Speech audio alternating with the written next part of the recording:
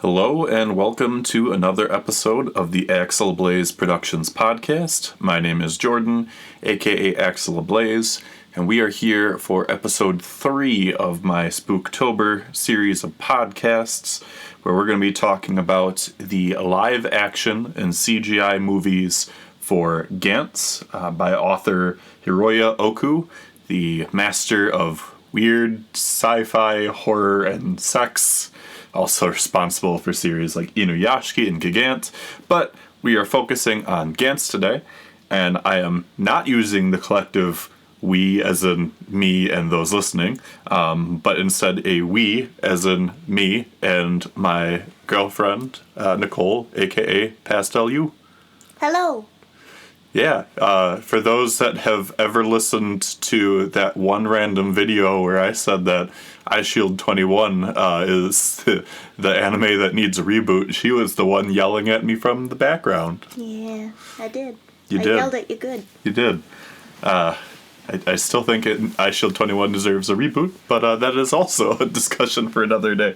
Anyway, so originally this podcast episode was just going to be myself talking about the Gantz movies, but the other day I was just like, so hey, you want to watch these live action based off of anime movies with me? And she was just like, hell yeah. Yeah, so we did that. Even the CGI movie, and I was kind of debating that, but no, we both enjoyed them, and so instead of just me writing out another like scripted podcast episode like the past few ones, this is going to be off the cuff with an outline of sorts, just to kind of guide the conversation and whatnot. But yeah, so.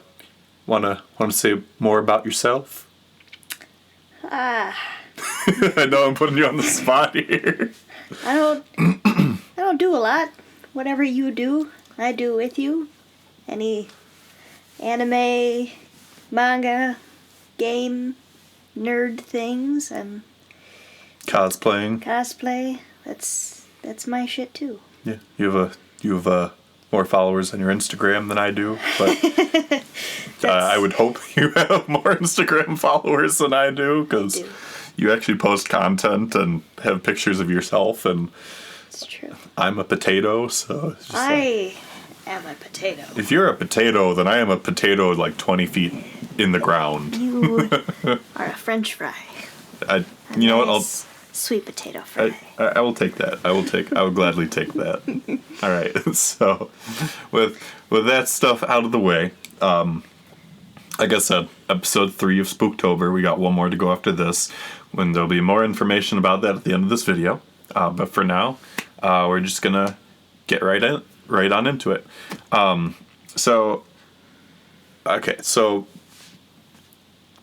Prior to watching these movies, I think the only exposure that you've had to Gantz was through like a few things I've said, right? Or do you have any exposure to Gantz?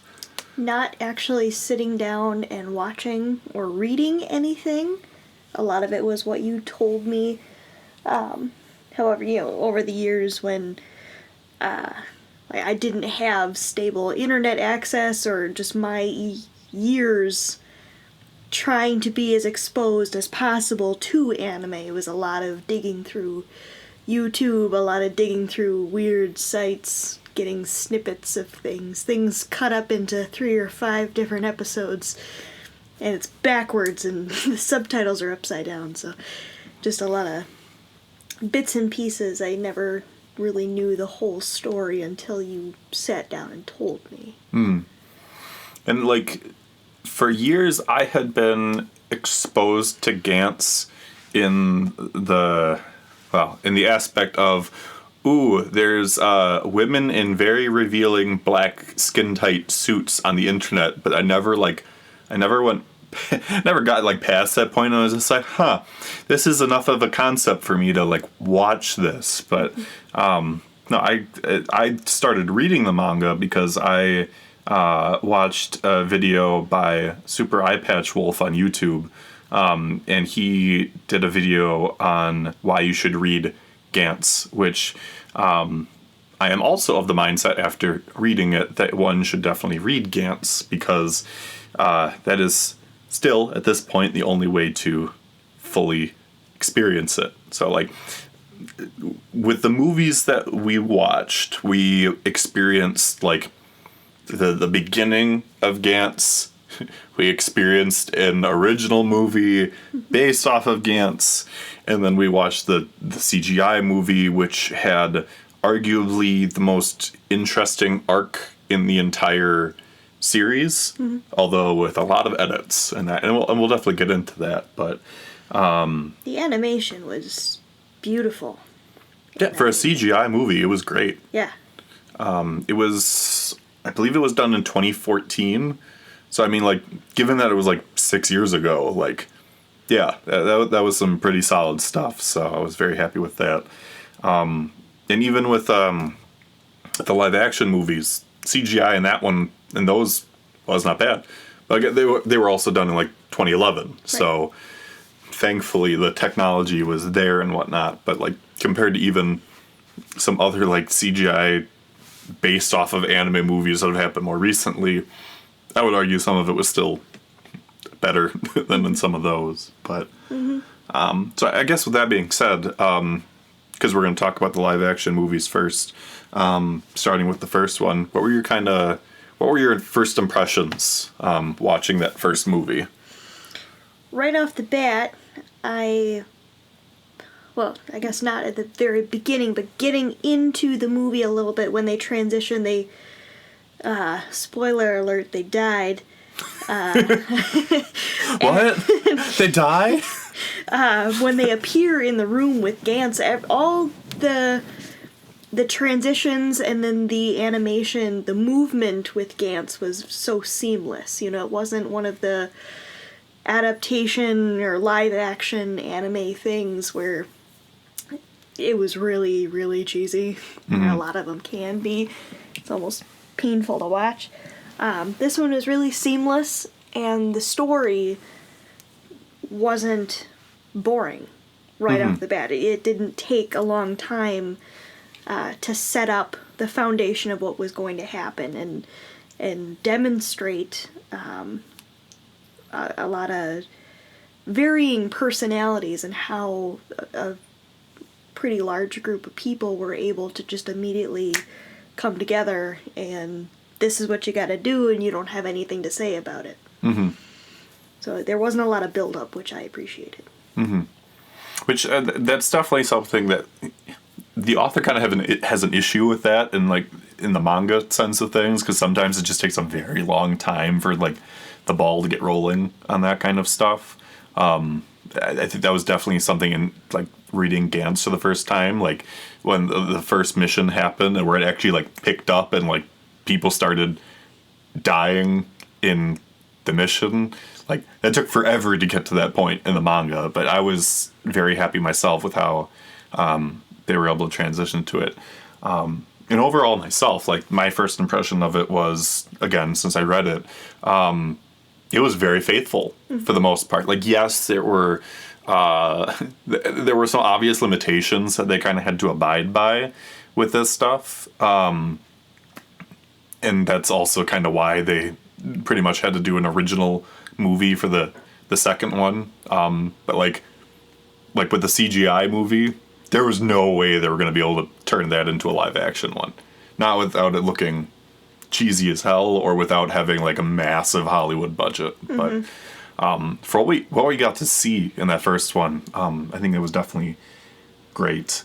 So yeah, speaking of Gantz and the room and the ball and whatnot, I agree. Like the fact when like the sides of the ball popped out and like the guns and like the suit briefcases popped out, it was just like, oh, like that was really clean. The lasers, so like depending on the scene, the lasers that were bringing them into the room or the lasers taking them out of the room, I thought like when the girl, the other K, because the main character and the girl are both named K. When she got teleported into the room naked, It was kind of cheesy that first time. Yeah. I thought the second time around, when everybody was getting teleported out, like the horror aspect of it, like, oh, I'm seeing my body like teleported out like this.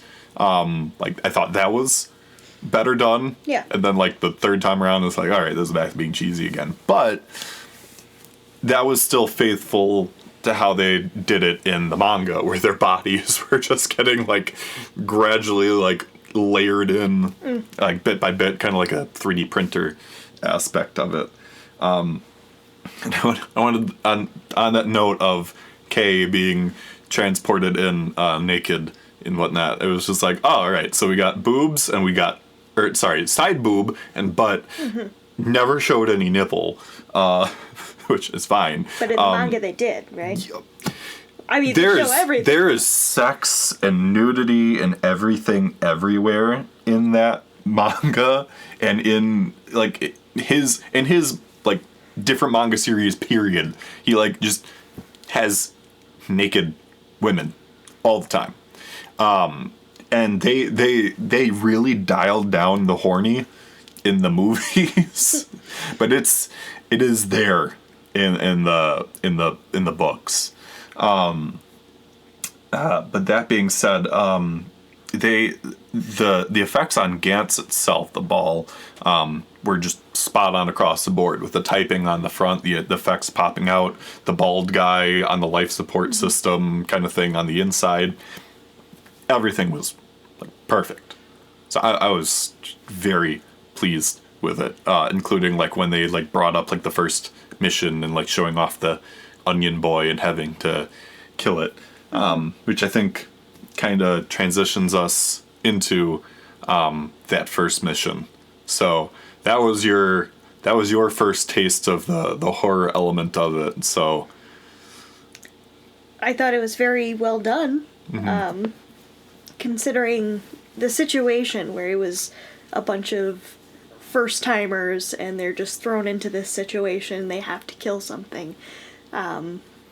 Specifically the Yakuza yeah, character, fuck that guy. where he's just acting all, he's scared, everybody's scared, but then, the switch flips in your brain where it's like, this is what we have to do, there's no way out of it, so they decide to kill the little boy. It always gets to me when they have a human voice, it's sad. But then when the dad alien steps in, I thought he was very scary.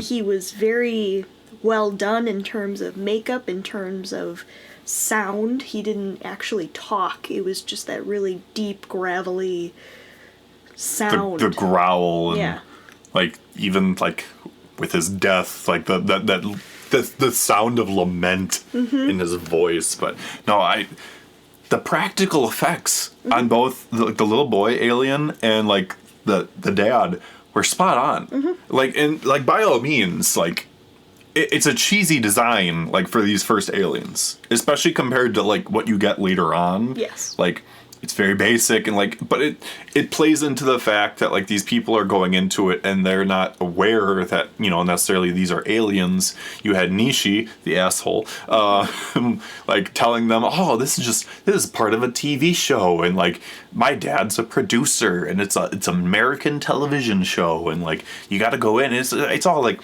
practical effects and whatnot, and like up to this point, like by all means everything's like pretty seamless. And you had some people that were like, oh, like I remember that like I was on the brink of death and I think we were all put under like the same hallucinogenic drugs or something, and it's just like everyone's just trying to like rationalize everything. And like when you look at like the guns, it's just like what is this? Like it's just blocky like toy looking thing. And then they fire it off for the first time and it's just like holy fuck. The amount of blood and guts just everywhere, like it was just and so much. With the little boy too, they didn't even hit him. They didn't even crit that first time. They blew off his arm, right? And then it's just like all this blood everywhere, and then they just fire off a whole bunch, and it's just this big kind of like Guillermo del Toro tomato soup Yeah. Splooge everywhere. Yep. Just everywhere. Yeah. And then, God, when the dad alien sliced off the Yakuza's leg. In a matter of a second. Yep. It was gone. Grabbing him by the head, and then you had the other guys just blasting off the guns, and then Onion Dad is just like wham, wham, wham, wham, wham, just like moving the Yakuza guy's body like in front of it. And then the thing that always gets me is that, and this is the same as it is in the manga, the delay.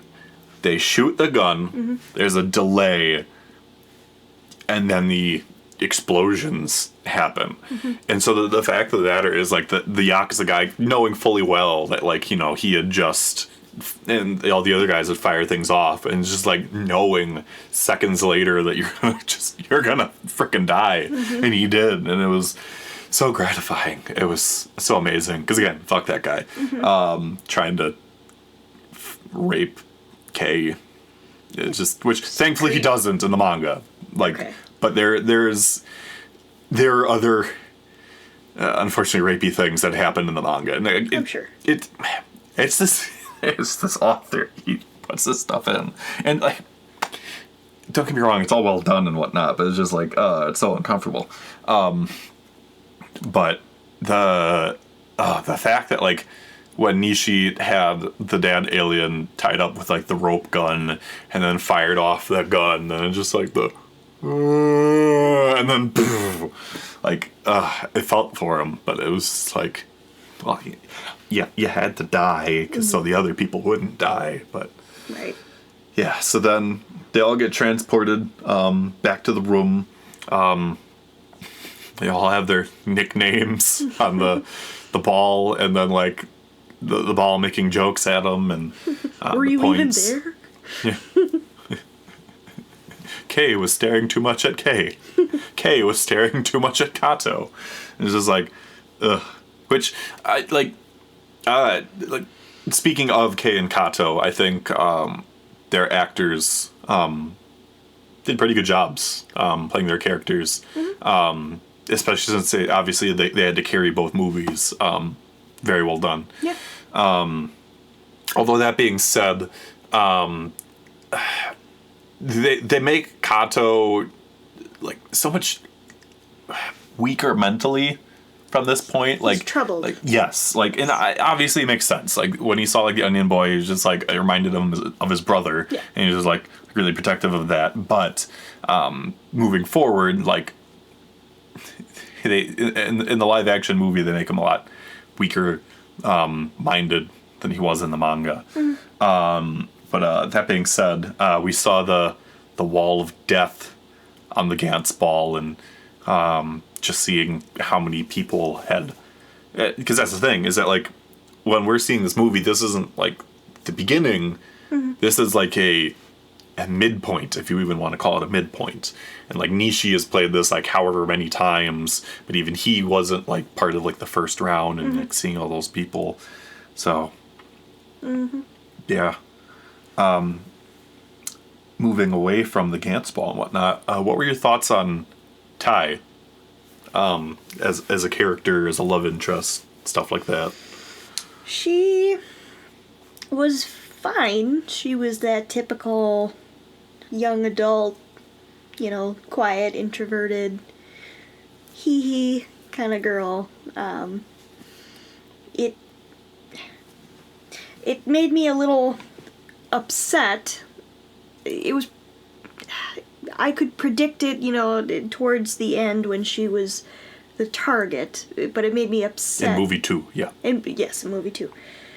It made me upset just because you know that she wasn't an alien. She was she was the embodiment of innocence, and that kind of made me mad. But she was fine as far as a character goes. I wish she had a little bit more of a voice. She was very soft and very a little too shy. Well, part of that is in both the movie and in the manga, she is kind of an outcast, like Kay is. They're both, you know, kind of classified as, like, the nerds, not popular people and whatnot. Story of my life. Yeah. Same here. But so that being said, when I saw that that was her, I was shocked. And the reason why I say that is in the manga, she doesn't show up until after the 4th mission. She is not introduced like that early on whatsoever, let alone her being the one that approaches him. In the manga, he actually asked her out, but initially was asked her out on a dare, and after the events of the 4th mission, decided to go out with her. I'll get into kind of some of more of those details later on, but like I was legitimately shocked. I was just like, holy crap, like they're putting her in just so he has like a love interest from the get-go, which like that also kind of like detracted from the fact that like in the beginning of the manga there's like a love triangle between Kei, and Kato, because female Kei really likes Kato, but she decides to stay with male Kei. Once again, reducing the Kei is horny side of it. Like, they kind of show it, but like, yeah, like he initially has feelings for her and whatnot, but like she has like the clear feelings for Kato. So the fact that they were throwing in the tie thing, they were just like, we want to set this up because since the 2 movies were like released within like 3 or 4 months of each other, they were being sold as like a complete package. So I think that was it. Because if they introduced Tai at the end of the first movie or toward the beginning of the second one, it was just like, well, we don't really feel anything for her when when the Tai death mission comes up. But yeah, so that being said, we can move on to the second mission. What were your thoughts on mission number 2 with the Tanaka robot alien? I thought it was pretty cool.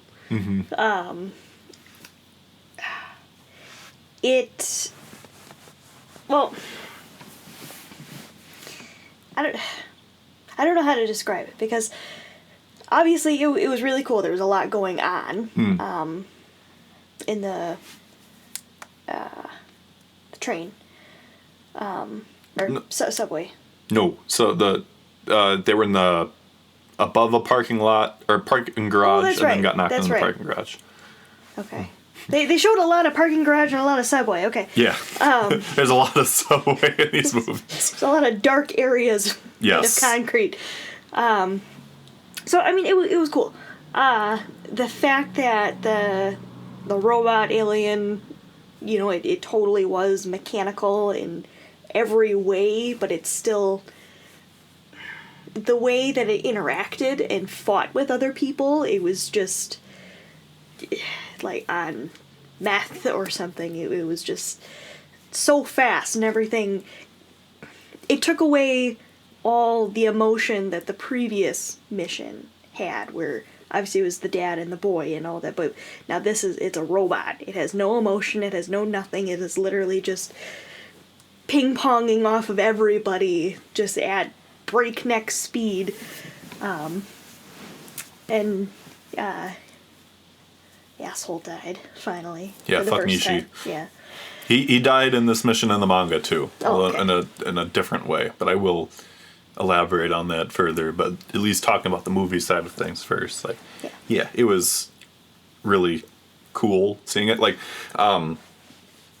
for me, this was the highlight of movie 2, or the first movie.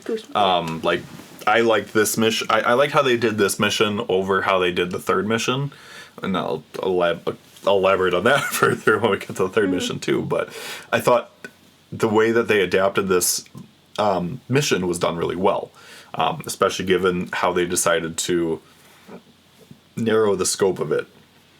Because there's actually a lot more that happened in the second mission than what they showed. So that being said, first and foremost, I was already just kicking myself that I was going to have to relive the grandma and her grandson dying in this mission. Yeah.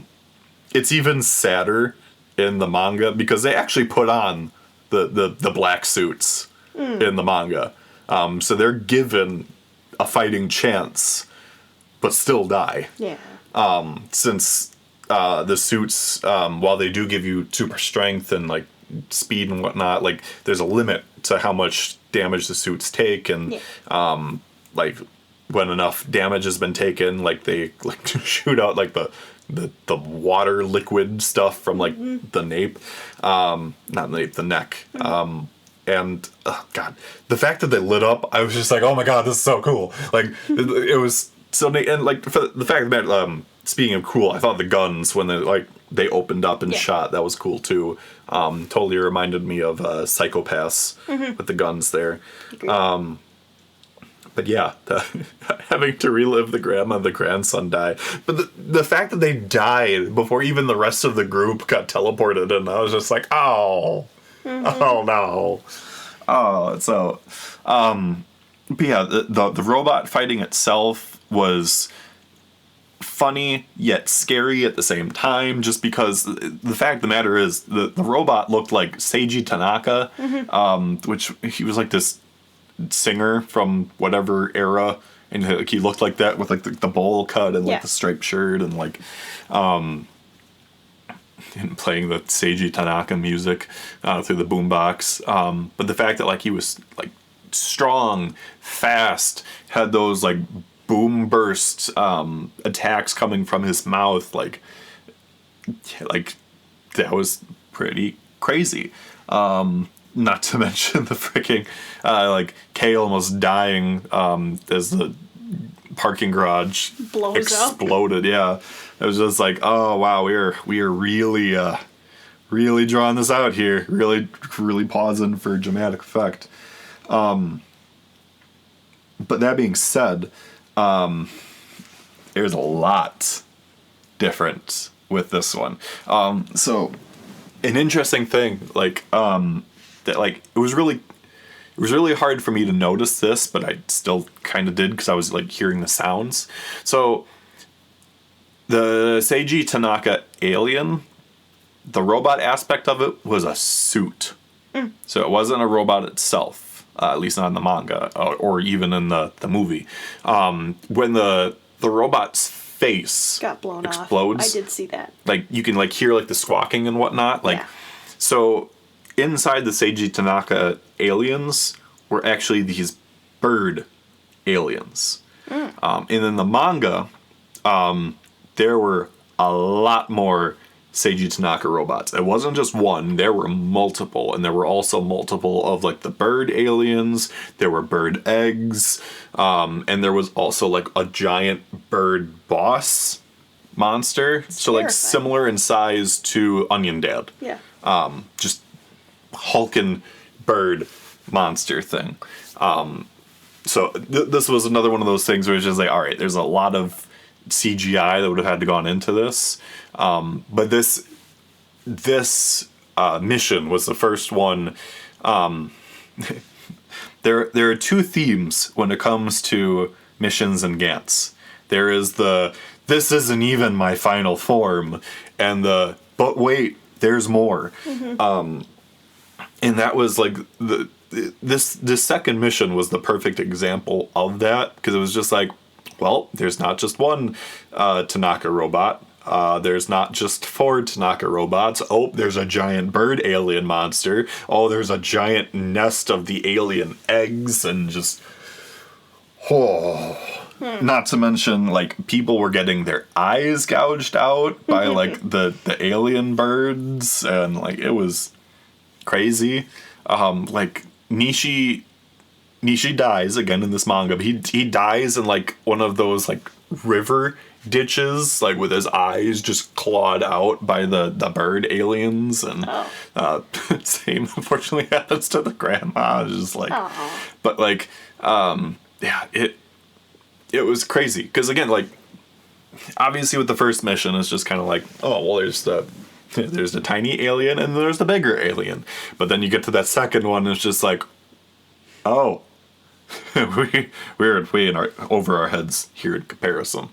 On top of that, with both the first mission, the second mission, and even the third mission, more of them afterwards, they have a lot more people involved in the missions, and that's just so the author can kill off more people in just gory, gruesome ways. Mm-hmm. That was like something I noticed in like the movie. It was just like, oh, they are really reducing the amount of people that are involved here.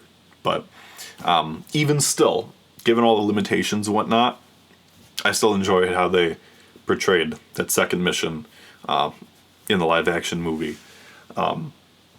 And it is after this mission that we finally get that the reveal about the 100 points, where the way it's presented in the movie, the live-action movie that is that you can either erase your memories and revive yourself, or you can revive a loved one.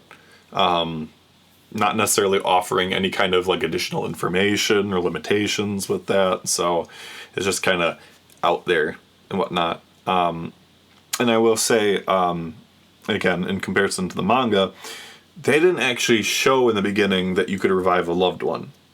The two options that the people were given were better weapon or reviving yourself with your memories wiped. Which in the CGI movie we see what happens when you ask for the better weapons, and holy shit, do you get better weapons. Awesome. It's absolutely crazy. But like, it also, based on like the two missions that we've had so far, we also see just how daunting getting 100 points is. Like, Nichole, before he died, had 76 points. And like after this mission, because Nichole died, Kei was the one that got the points, and I think he got like 12. So the fact of the matter is, the amount of missions that you have to go on and aliens that you have to fight is crazy. But like, when you also consider how small fry these aliens are compared to what we get in the CGI movie, you realize why there's such a vast difference in points with them. But yeah, and then so in the transition going into the third movie, you had female Kei hanging out with Kato. You had male Kei turning into a douchebag character, kind of like Nichole, which did not happen in the manga, which was better that way, because he was still developing as a character a lot through this. One of the other plot points that just got skipped in the manga, which I'm completely okay with this being skipped in the movie. So female Kei, when she wakes up after that first Gantz mission, the reason why she goes to hang out with male Kei is because when she went home, she found out that there was a body double of her, but not an alien body double. Like, literally, like, she was cloned or something via Gantz, and that clone was living out her life, and she was just like, I can't go back to my life because there's another me walking around. So in the manga, she didn't kill herself? No, she did. Or they still kept that, but it's just like, for whatever reason, she was the only person that there was like a second person of her. They, like, and the exact same person. But yeah, she was like the only one that it happened to. And there's like stuff like later on that you can kind of be like, oh, I guess this kind of makes sense. This is alluding to like what happened later on. But it was still one of those things where it's just like, okay, it is weird. Why? Why is this happening? But that's it being said, though, we can move on to the third mission, which is the climax of the first movie. And this was one that took the cake for the movie. I that being said, second one was still my favorite, but the third one was still pretty epic. So it was. How did you feel about the mission and the results of the mission? The mission itself was, again, it was really cool. There's never really a dull moment in the missions. You know, like I said before, there's really not a lot of slow build up into things. It's just mission, kill this thing. By the way, 3 of your people already died. So obviously a lot of people died. I was really upset about Kato because he is my favorite. Always will be. So just the way that the mission played out, they just kept having to take turns and finding that second wind, trying to battle the goddess of 1,000 arms, or whatever she was called. The goddess of mercy, I think it's called. Yeah. That alien. And obviously, with all her arms, she has how many different sharp objects, all these swords, all these things, and she's just shish kebabbing people left and right. To be completely honest, I was not heartbroken about Female K dying. It had to happen. She didn't really lend a whole lot in that mission. But no, I thought it was pretty cool. Yeah, the only thing I hated about it was douchebag K. Yeah. It was just like awful. Like, I get it. The way that they were framing it with the movie, like they were trying to frame it, was like, oh, like you either live like a Kato or you live like a Nishi in these missions, and like he was like going the Nishi route, but then he realized like the error of his ways, and it was just like, this isn't what matters to me, especially with all these people that sacrifice themselves to get to this point. The CGI was very well done. Yeah. Especially given that this was, for this movie, the one CGI heavy mission in the entire thing, since they were doing practical effects up to this point, other than the Tanaka robot using the mouth blasts. But it was clean. Everything is really seamless. Yeah. So that was very nice. It wasn't like one of those weird, like, oh, this is the CGI characters, like, so out of place in this period of time. And I think what helped is the fact that they were fighting at night every single time. So it was just like, all right, because it's night, we can kind of play with things a little bit and like make it look a little bit more natural and whatnot. So yeah, it worked out definitely in that regard. This was one where this definitely had a lot of things cut out. One of my other notes: the monsters are filled with creamy goo. Like, the fact that like every time they got blown up, like these ones specifically, every time they got blown up, there was like spooge that just blew out of them. Like compared to the other aliens so far, where they like had blood or whatever, like get blown out. Like it was just like, why are they filled with? Why are they giant Cadbury egg monsters? Just, oh my god. But yeah, so they cut out a lot of very important characters that were part of this mission, especially, as well as the second one. Actually from the beginning, in the first mission, there was a dog that participated in the Gantz missions, and he was in the first one, the second one, and in the third one, and then it's assumed that he died in the third one because he didn't show up afterwards. But yeah, it went to show that animals could also participate. He didn't do he did jack shit in all 3 missions, so he was not just emotional support. No, he wasn't even that. Like every time Gantz would like joke, it's like, were you even there? Like, where were you? But so there was a dog. There was a guy named Hojo that was a model.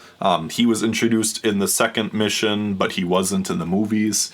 He also had like a stalker that was involved, although it is assumed that she was the other woman that was in the second and the third missions, the one that died after like the monk. Yeah. There was also the woman that Kay actually lost his virginity to, because right before the start of the third mission, there's another woman that gets introduced, and he and the woman have sex in the bathroom after like he just like kind of lays out like all the woes and whatnot that he had. Yeah, horny Kay. there was a sniper, there was a martial artist, and then there were some other like small fry characters. All of them die. Of course. That's the crazy thing. All of the characters other than K in that third mission in the manga, they all die. Everyone dies. No one survives. No one lives after that. So that was another one of those just big changes they did. But that being said, part of the reason why in the movie not everyone died is because they also had two characters that weren't supposed to be there yet. Mm-hmm. And I'll mention that here in a moment too, but getting away from that, like after that third mission, we have the subway scene with Kay and Ty, and that was really dramatic. Mm-hmm. It's like, oh, I'm back in the subway station where Kato and I died in the first place, and now Kato's dead, and a boy's hat fell in the subway, and I'm gonna go down there and give it to him. I'm gonna die again now. Just get pulled out, and Ty's just like, I love you. It was just like, okay. Gotcha. So we gotta have that emotional attachment going into the next one. So, so what were your thoughts after that end of that first movie then, especially with the end credit scenes where there's a detective checking out the museum, and then we see Kato there, and it's just like, oh, Kato's supposed to be dead. Yeah, I was very excited to see what was next, because obviously the explanation for why Kato was there in that scene, I never would have guessed, what had happened. Mm-hmm. Can I? Are we going out of order here? Can I? No, let's leave it a mystery for the people that don't know yet. So you gotta wait 5 minutes for the answer to this segment. So I was very excited because I had no idea that they would actually go that route. I didn't even make that connection in my mind that would have been a possibility. I had an inkling that it might be the case, but it wasn't the way that I expected it to be the case. Because again, since the second movie is a lot of original stuff that they put in based off of ideas and concepts from the manga, like I should have expected it, but I didn't. So it was a welcome surprise. But yeah, it was. After the first movie, I was very happy with it.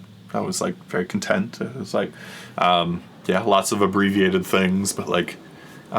Just again, given what they had to work with for this movie and like the limitations with CGI and whatnot, I'm glad that they did what they did. It was very faithful in the way that they did it, so everything worked out pretty well. So the two characters other than Kay that lived were Suzuki, I think his name was, the old man, and Sakurai. Old.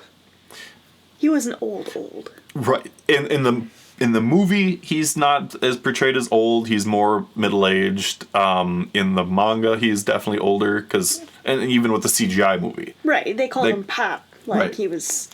That's because that's the same character. Right.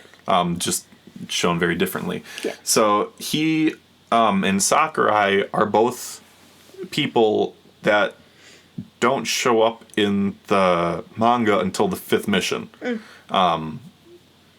So they're not supposed to be there, let alone Suzuki being there since mission 1 and Sakurai showing up in the 3rd one. He was super cute.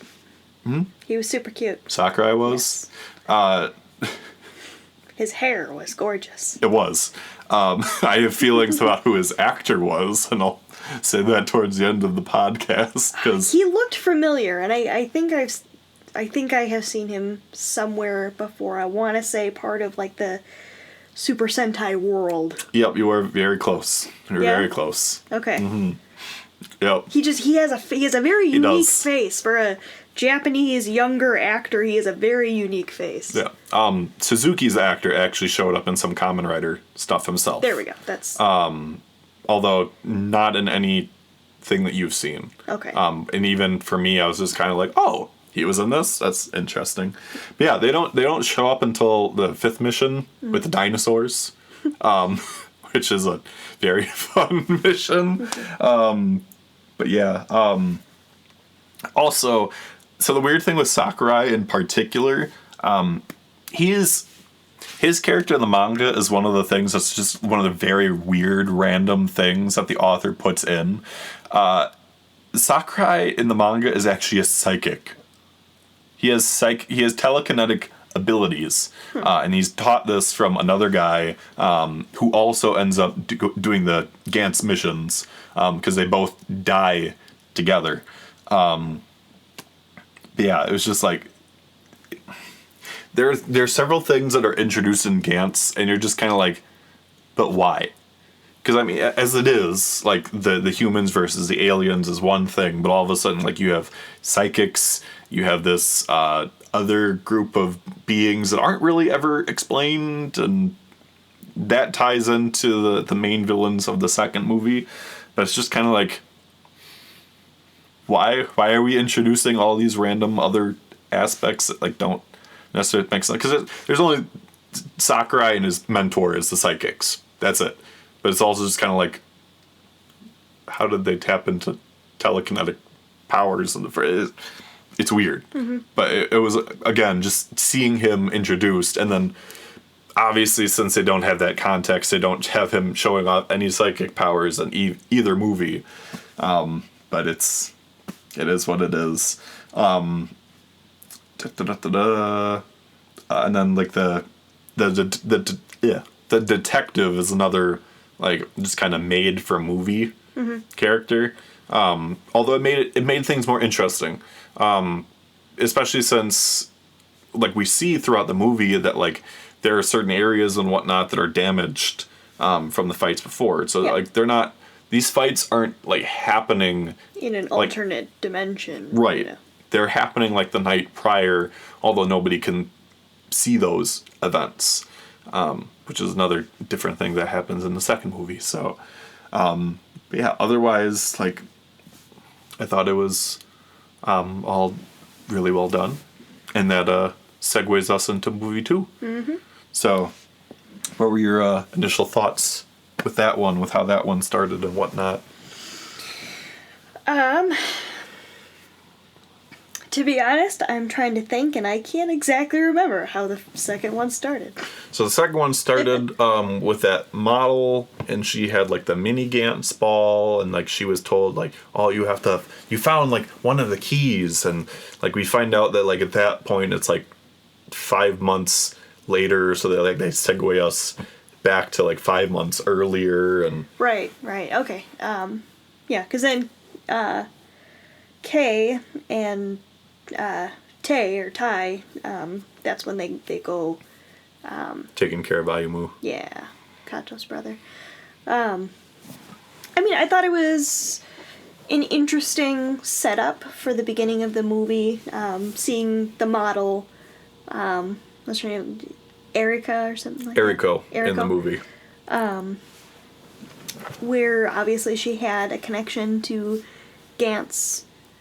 So she clearly wasn't supposed to be in possession of the mini Gantz in the first place. So that's what is the setup for the rest of the movie. You know, the main point of tension between the different groups. But you didn't find out until way later that she was one of these original people summoned. She's actually been dead for who knows how long.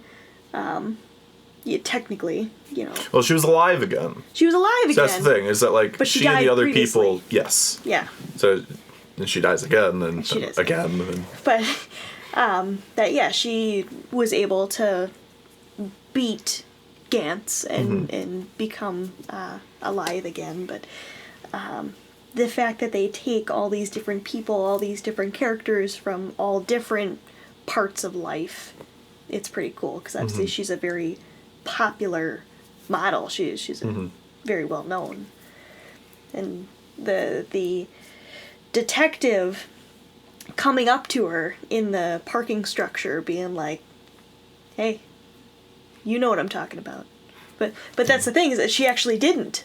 she knew, she had the black sphere and everything like that, but she didn't actually know at that point why.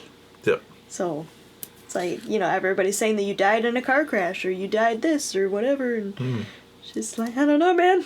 Yep. Which it goes to show, like, regardless of who you are, anyone can die in different fashions, and that's something that's definitely reflected, obviously, in like the manga with the sheer amount of people that keep getting sent to Gantz, which is a sheer contrast to the movies where they just keep introducing like small groups. Which that was one of the things I was thinking myself. I was just like, because we kept seeing like the group grow and grow and grow, and I'm just like, people aren't dying. This is very un-Gantz-like that people just aren't dying like they should be. Not that like there isn't a group of people in the manga that does, keep living and going mission to mission to mission, but they still have the fodder characters that die off every time. But that being said, like they just had that core group that just kept getting bigger and bigger, and they even had like the two randos that were at the end of like the first movie, like they were still there for the beginning of the second one. But with the woman with the mini Gantz ball, as soon as I saw that, I was just like, all right, we are in original content area here, and which that was also my thought seeing the detective and Kato at the end of the first movie. I was just like, oh, okay, we are moving into it original stuff here, and again, that's not bad, especially since I had already known at that point that they were deviating from the events and characters of the manga with how they had set things up. So, not that it was a bad thing. Also, the fact that Eriko was essentially the combination of two very different people in the manga into one character to kind of be a substitute for them. So, yeah, that was the thing. The weird guys in black that the detective talked to, like the people that were just like randomly staring at a wall, and then like the one guy with the long hair was just like, your information pleases me, so you may ask me 5 questions. Well, they were aliens. Yes. So that's why they were weird. Right. Some weird culty weirdos doing weird stuff. Which this is the first time that we're seeing aliens, like essentially during the day and whatnot. Aliens that aren't just like self-contained in a mission and whatnot, which is definitely interesting. And they are based off, at least the way I am seeing it, they're based off of a different type of character that was kind of introduced in the manga. Not that I will elaborate on that yet, because we should just focus on the fact that they're aliens and they're creepy and they just are a mob of people and whatnot. And they had different colored goo coming out of them. Yes, it was black this time. Yeah. If you even want to necessarily call... Well, for some of them it was goo. Like, when they were, like, making weapons and whatnot, it was kind of, like, more, like, sandy. But, like, yeah, they were just, like, puking up black goo and whatnot. And, yeah. And then there was creepy Kato, who was just like, I'm alive. How many people are there now? Interesting. Walks off. I'm just gonna go now. But then, like, when Kay goes back to Gantz, he still sees that he's on the death wall, and it's just like, what does this mean? And just whatnot. But, and up to this point, anytime that they were going on a mission, it was just like, we're going on a mission now. Cut to next day. And it was like, aw, we don't get to see what's going on now. It's just... But then we get the... I say this is the big mission of the movie, like the subway one, because, like, while yes, there were other missions that happened, like, afterwards, this was really the climactic one. The more interesting one, at least in my opinion. Yeah. Which even I think this one had the best fighting of both movies, personally, despite the fact that they were on a subway. So, how did you feel about this subway mission? I thought it was very well done. You know, it didn't try to speed through anything, even though they were on a speedy train.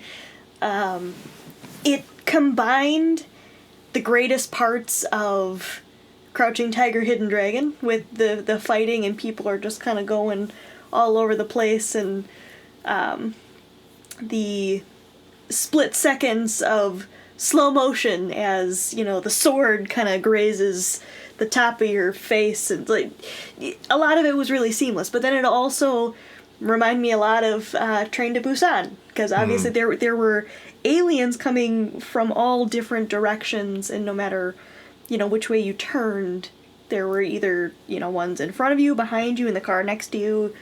It was a lot, but this is where it worked out. Obviously, it was done on purpose that they had a larger group of fighters going into a mission than previously. It was set up because the aliens had such a massive group. I don't even know how many were. At least 30 of them. You know. So overall, I thought that fight scene was really, really cool, and I liked the black goo.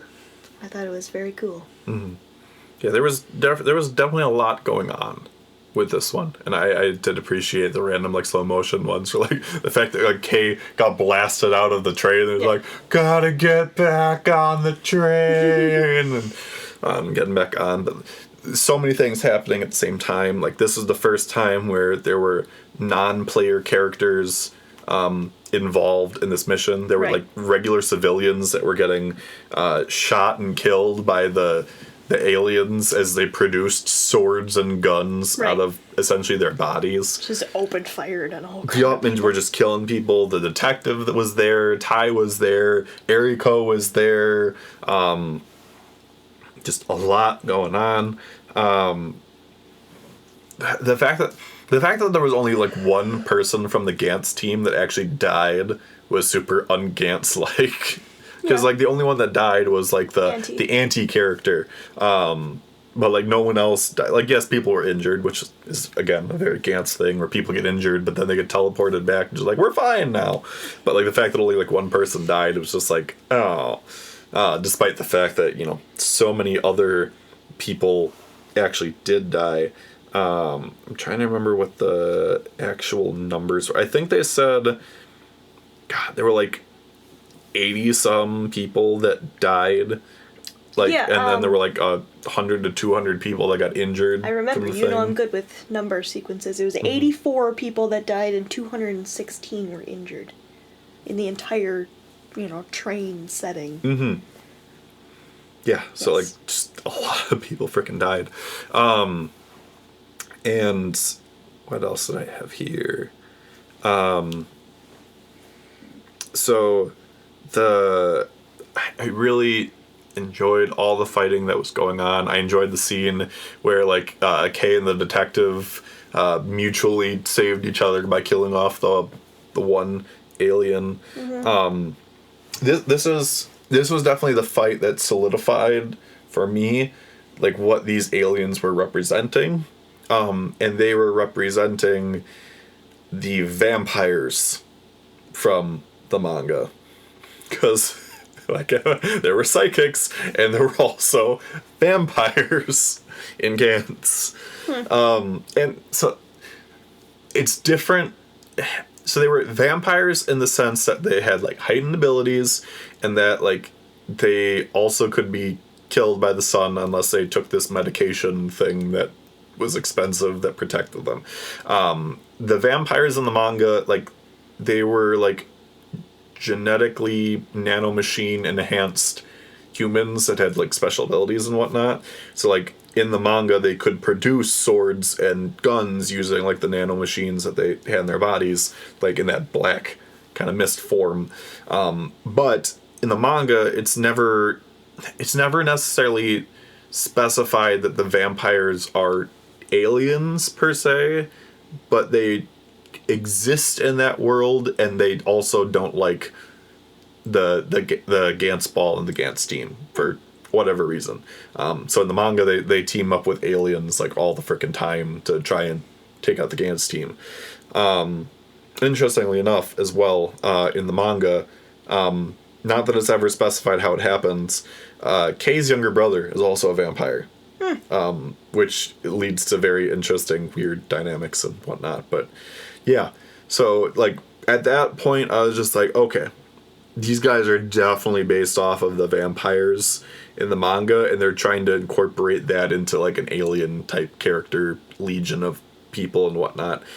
Plus, other than, like, the fact that they had, like, the eyes, it was super easy on not having to worry about CGI other than making the guns and the swords come out. Yeah. But it was very well done, very well choreographed. Yeah. And then at the end of that mission, we see Eriko get killed by Kato. Pseudo Kato. Yes. Because this one, we find out, is actually an alien. Yes. And the fact that he made the comment of, this is revenge, your people started this, you've killed so many of my friends, that was the moment of connection where it's like, oh, this was the alien that was possessing, I already forget the name, Goddess of Mercy. So, you know, then they elaborate more on that later. But like, that was the leader. Yeah, which reminded me that, like, the fact that, like, the last alien that they were fighting on the train was a female alien, and she said that, like, they were out for revenge because they killed her friends. And this was also where some of the newer Gantz team members that were showing up, the Keys, as we're told, were actually Gantz people. Mm-hmm. All of them were ones that had fought before, and then they're slowly realizing, wait a minute, we fought together before, and that's why we're, like, so freaking badass and able to fight and whatnot. And that was the thing, is that, like, every Key was a former member of the Gantz team other than Tai. Right. Which still didn't necessarily add up as to why she was a Key in the first place. Which kind of made me mad. So it's like, and like, it's something like, so in the context of the manga, like, the Tai mission is another thing that does happen.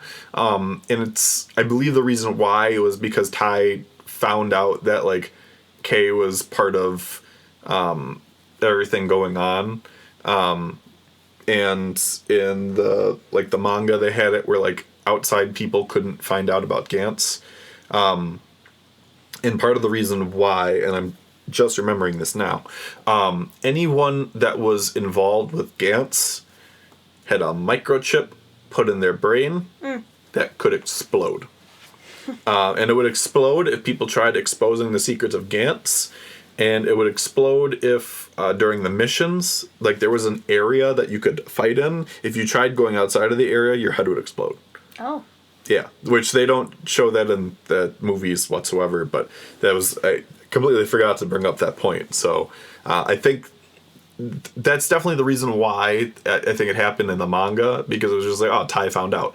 But when you consider in the movie how there's Tai that knows, but then also the detective that knows, it's just like, all right, well, why is Tai being the specific reason for it? And I think there's another aspect of it that happens towards the end of the movie that explains things, but yeah.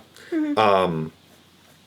And then, like, we see, because, so 2 people have gotten over 100 points at this point. It was Suzuki and Kei. And Suzuki brings back the real Kato, and Kei brings back Nishi. Yeah. Because Nishi is the only one that seems to know kind of what's going on and whatnot, and he says that Gantz's battery is dying, and that's why he's bringing people back, supposedly. Because I guess Gantz's battery is the bald guy inside, which, for the record of the manga, is not a thing. It's not how that is. It's not at all? There's nobody piloting this thing? No, there's a person inside, but that person inside isn't considered, like, a battery, I should say. Okay. But that being said, we find out that at this point, Nishi has been dead for 5 months. We find out that Kato would have been alive at the end of that 3rd mission if it wasn't for the doppelganger coming up and stabbing him right before he could teleport back out. Yep.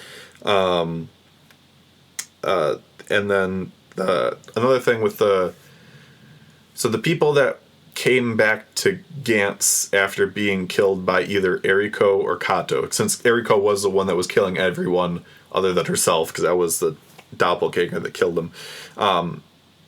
They had to gradually regain their memories in the movie, whereas in the manga, anyone that was re-brought back into Gantz would immediately have their memories back.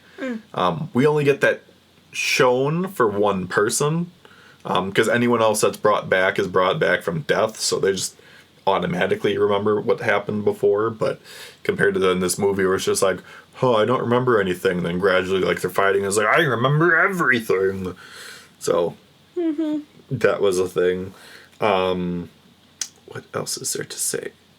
And then so Eriko and all of the ex-members of the Gantz team, none of them are canon characters in the manga. So these are all people that are original to the movie.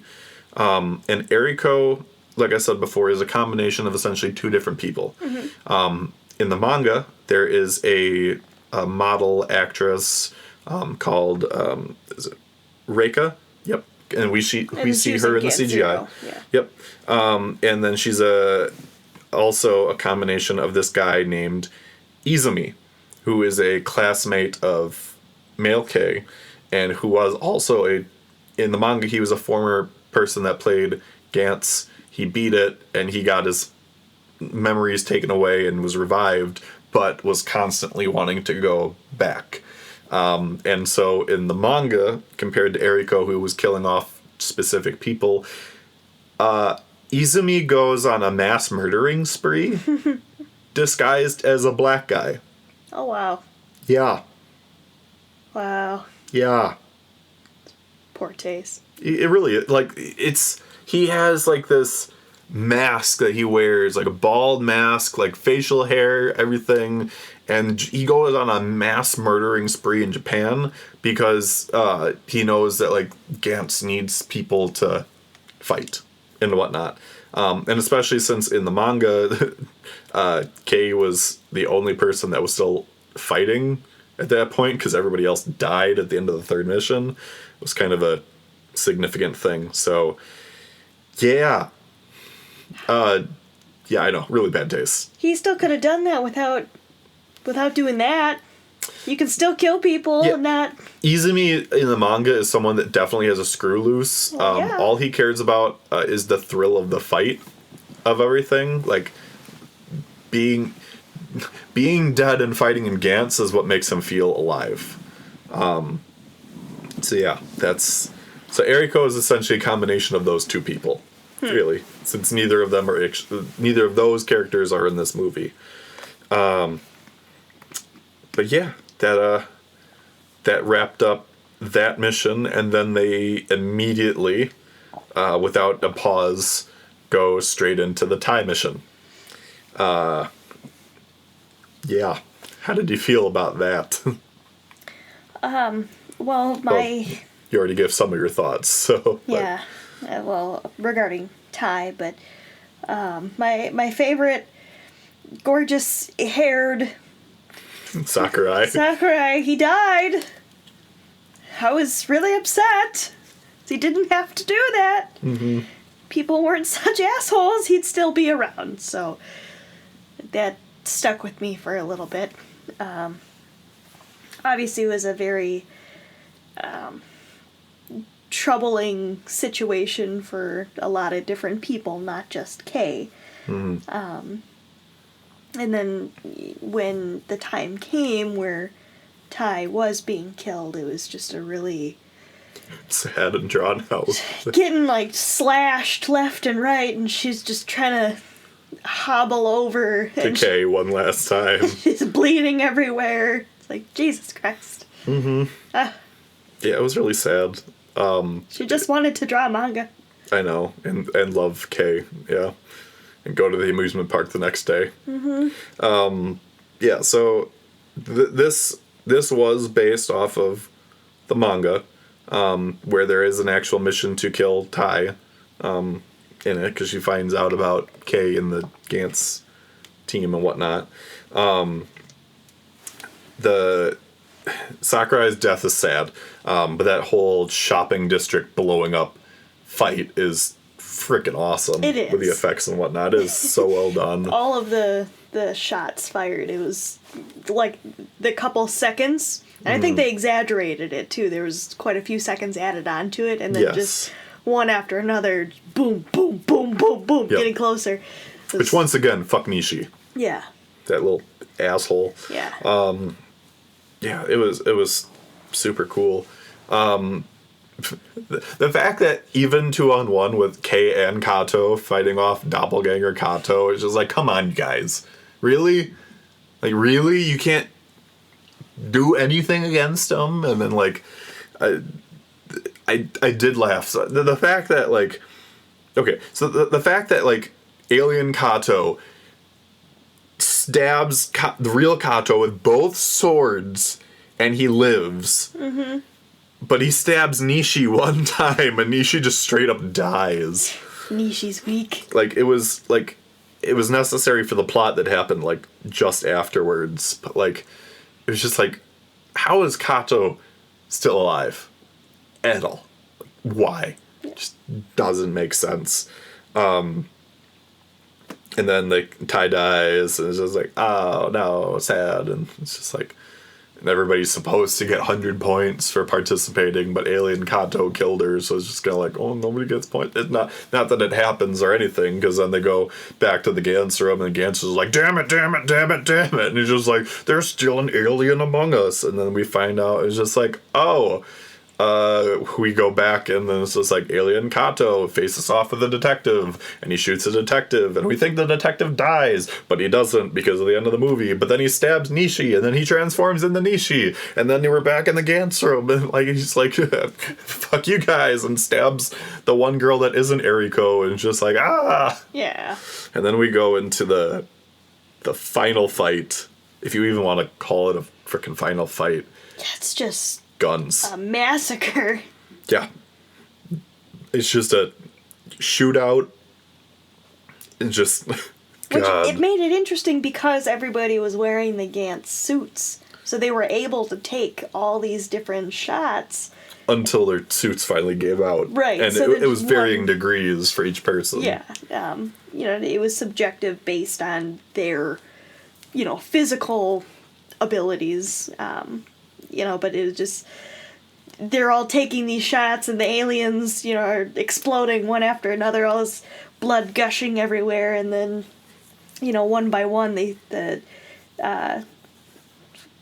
regular people just start to drop one by one by one by one, and they're still continuing to just shoot on both sides. It's just a non-stop barrage of shots being fired.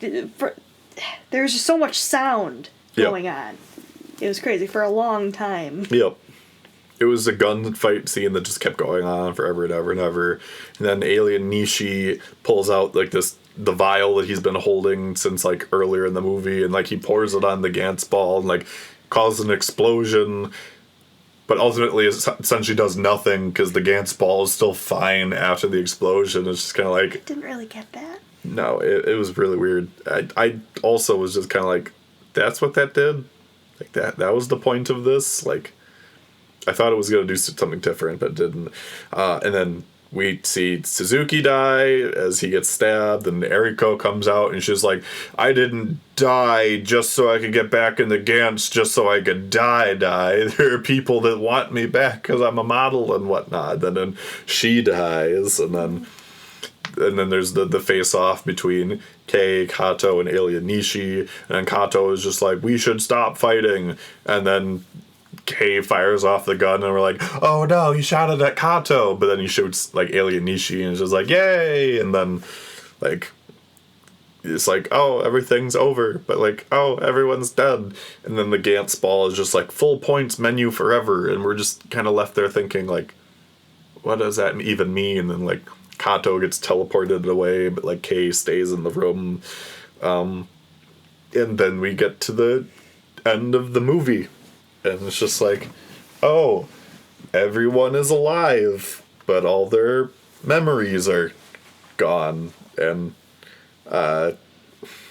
poor Ty is at an amusement park alone, and then the sign says, Ty, I love you, and it's from Kay, and it's just like, oh, but Ayumu's alive, and like Kato gets to live with Ayumu, and then we find out that Kay is the new battery for Gantz, and it's just like, everyone live happy forever, and like the movie also kind of like alludes to like a sequel, because the whole detective and like the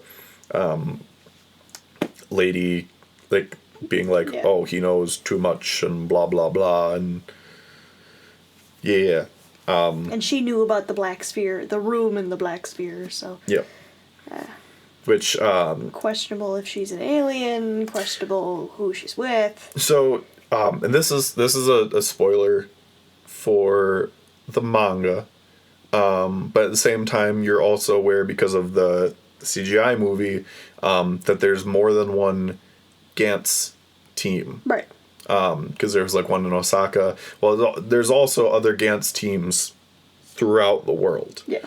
And in the manga, we do find out that the Japanese government is in control of like 1 to 5 Gantz balls. So I think that it might have been alluding to that, like, that they were aware of what was going on. So that could have been the thing. But yeah, it was just kind of like, we're alluding to this, but it's never going to happen, because then they didn't make another live-action CGI or live-action movie. They had the Gantz Zero CGI movie, but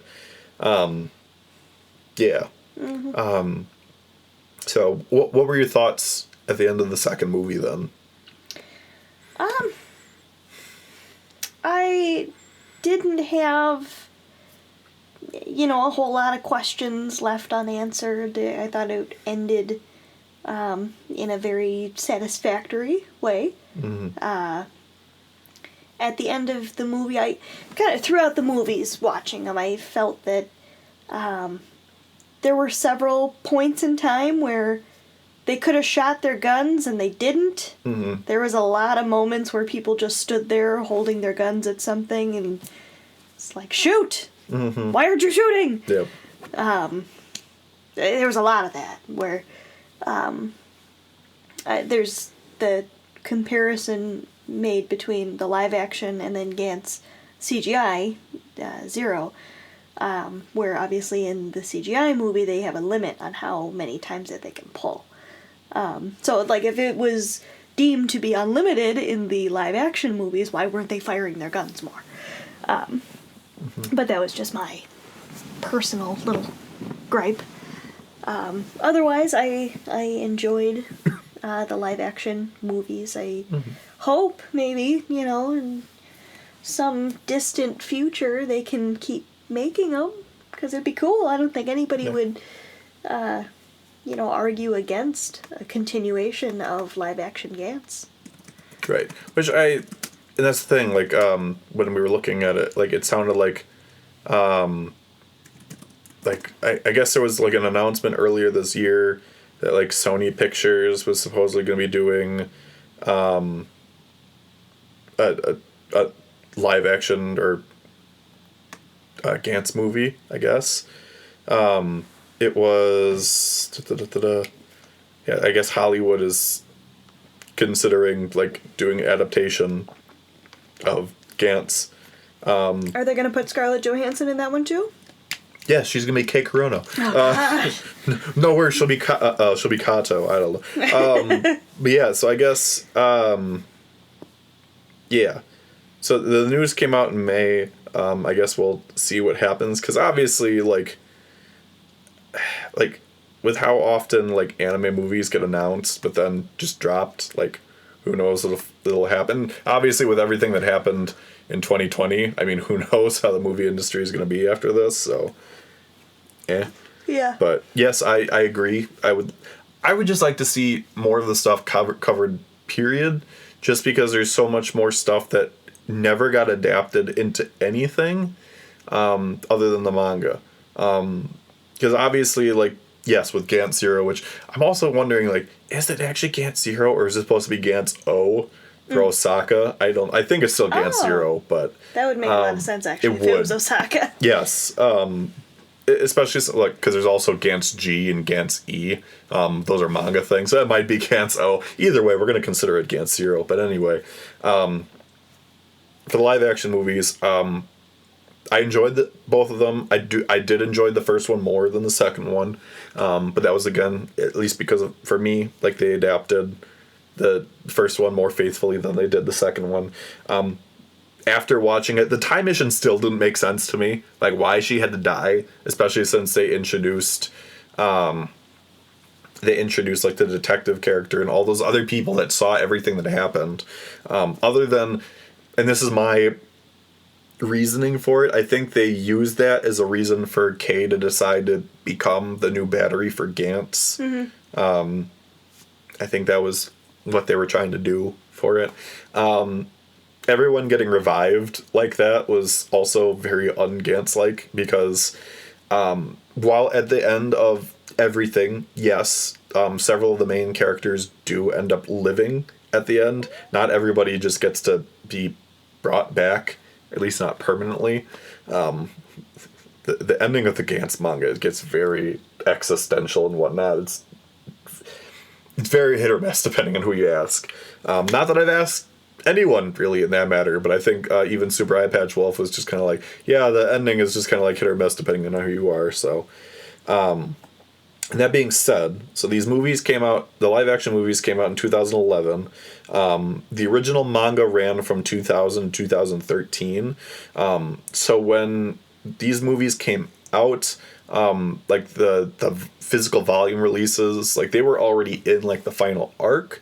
It's like they obviously they could have adapted, I think, more, but again, the issue became CGI. Mm-hmm. It just was not gonna work, especially if they had to do the frickin' dinosaur fight and whatnot. Plus, like I said, they with the specific characters and whatnot that they introduced and or killed, that was just kind of how it was.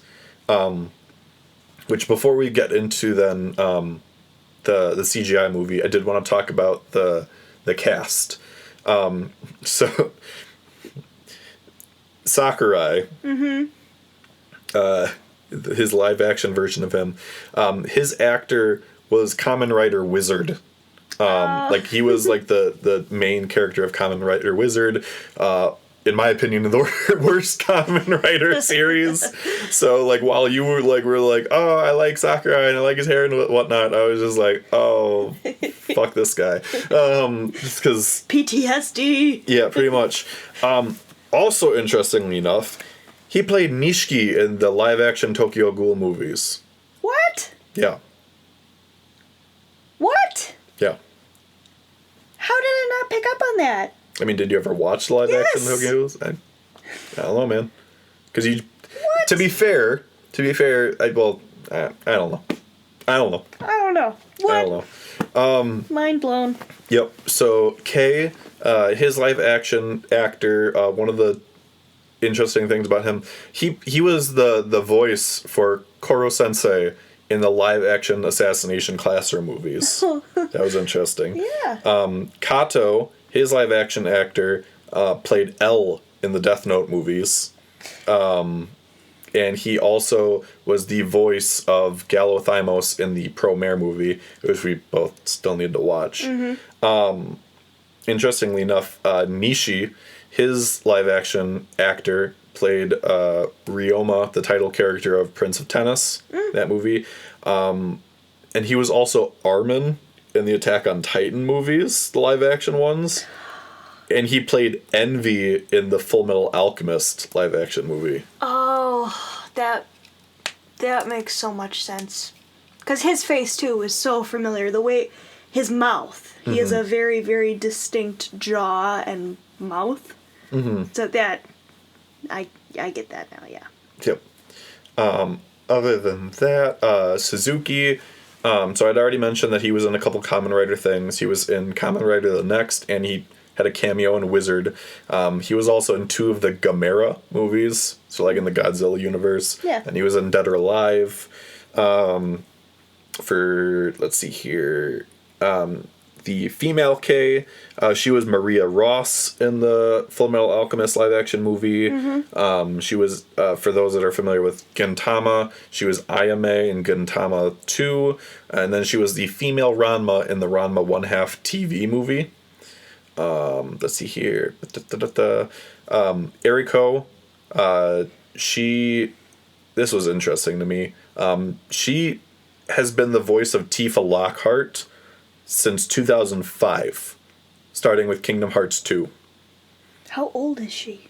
Good question. But that being said, so she wasn't like, well, not that the original one had voice acting. Now that I'm thinking about it. Yeah, that's right. So Kingdom Hearts 2 was the first time that Tifa had a voice. Right. That's crazy. But yeah. Still, if her voice hadn't... If she's been voice acting this same character for that long, how old is she? Because it's not like you can be the same voice actor, for this same character if you're 9 and now you're 20. Yep. And then last but not least, the detective, because I didn't necessarily look more into the minor characters, but for the detective, he was in the live-action Terraformars movie. He was also Angelo in the live-action JoJo movie. Oh. The one with Aqua Necklace. Yeah. Yeah, I was just like, wow. Huh? So, yeah, definitely have to go and actually watch that movie now. But yeah. So, that being said, we can finally move into Gantz 0, Gantz O, Gantz CGI, whatever you want to call it. And yeah, so... It was amazing! Yeah, it was actually pretty great.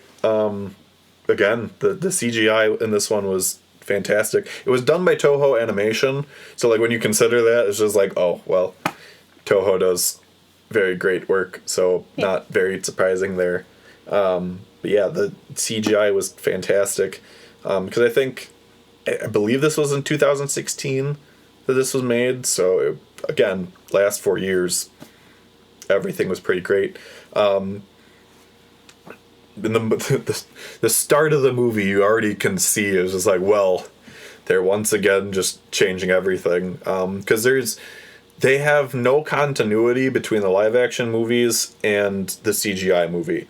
And there's technically a lot of changed continuity between the manga, the anime, and the CGI movie. Because in the CGI movie, they start out by showing this alien battle between Kei, Suzuki, Reika, who's in the CGI movie, and this badass looking alien. And after going through the wiki, I was just like, oh, this actually is based off of this Oni alien from the mission prior to the Osaka mission. So like that character design was based off of like an actual character. It was also like with the that was the same battle that there were like vampires and whatnot, and it's also these really creepy humanoid aliens with tentacles and transforming powers, and it's really gross in the manga, so there's that. But yeah, they have it where in the movie here, Kei dies within 5 minutes. Yeah.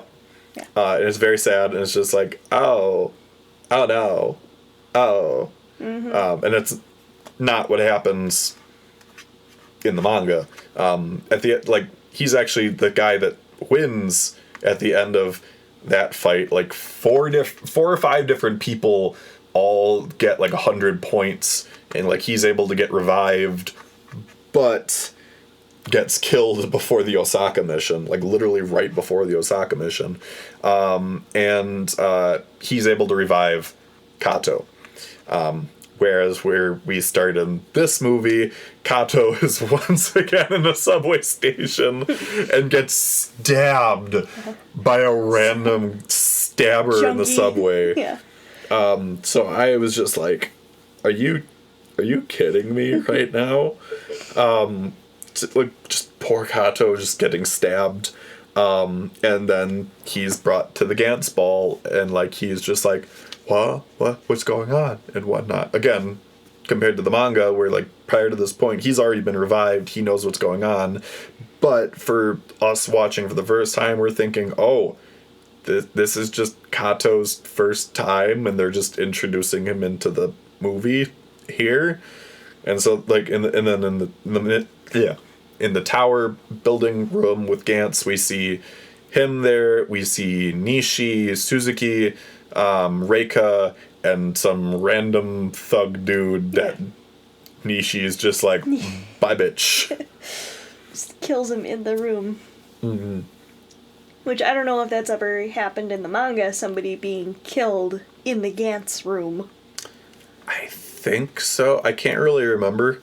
It's been a while since I've read it, but there's nothing that necessarily just like stands out to me. I could be wrong, but I thought in the room, like, the guns were disabled and they were only like live once they were outside of it, but I could be wrong. It's been a while since I've read it, but yeah. And then they are transported to Osaka, and we get our first look at the monsters, including the like faceless geisha that comes up. So she was pretty cool. She was. So what were your at the start of this mission, what were your thoughts? Like seeing Osaka, the monsters, everything there.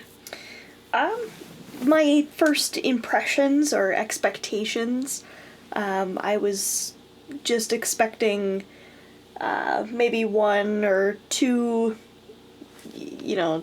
specific aliens that they would have to fight. Like, hey, this is who you're introduced to. It's a fight, and then it goes into, oh, well, this is actually the boss, But it exceeded my expectations within seconds. There was the faceless geisha alien, which was super cool. I'm super partial to that kind of aesthetic of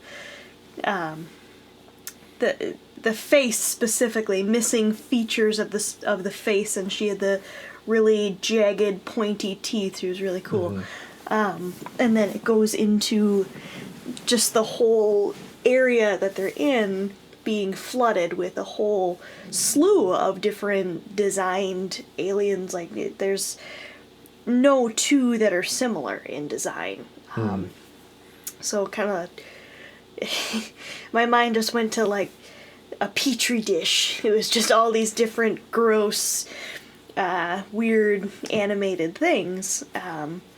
I didn't know, or I didn't expect them to actually run into another team.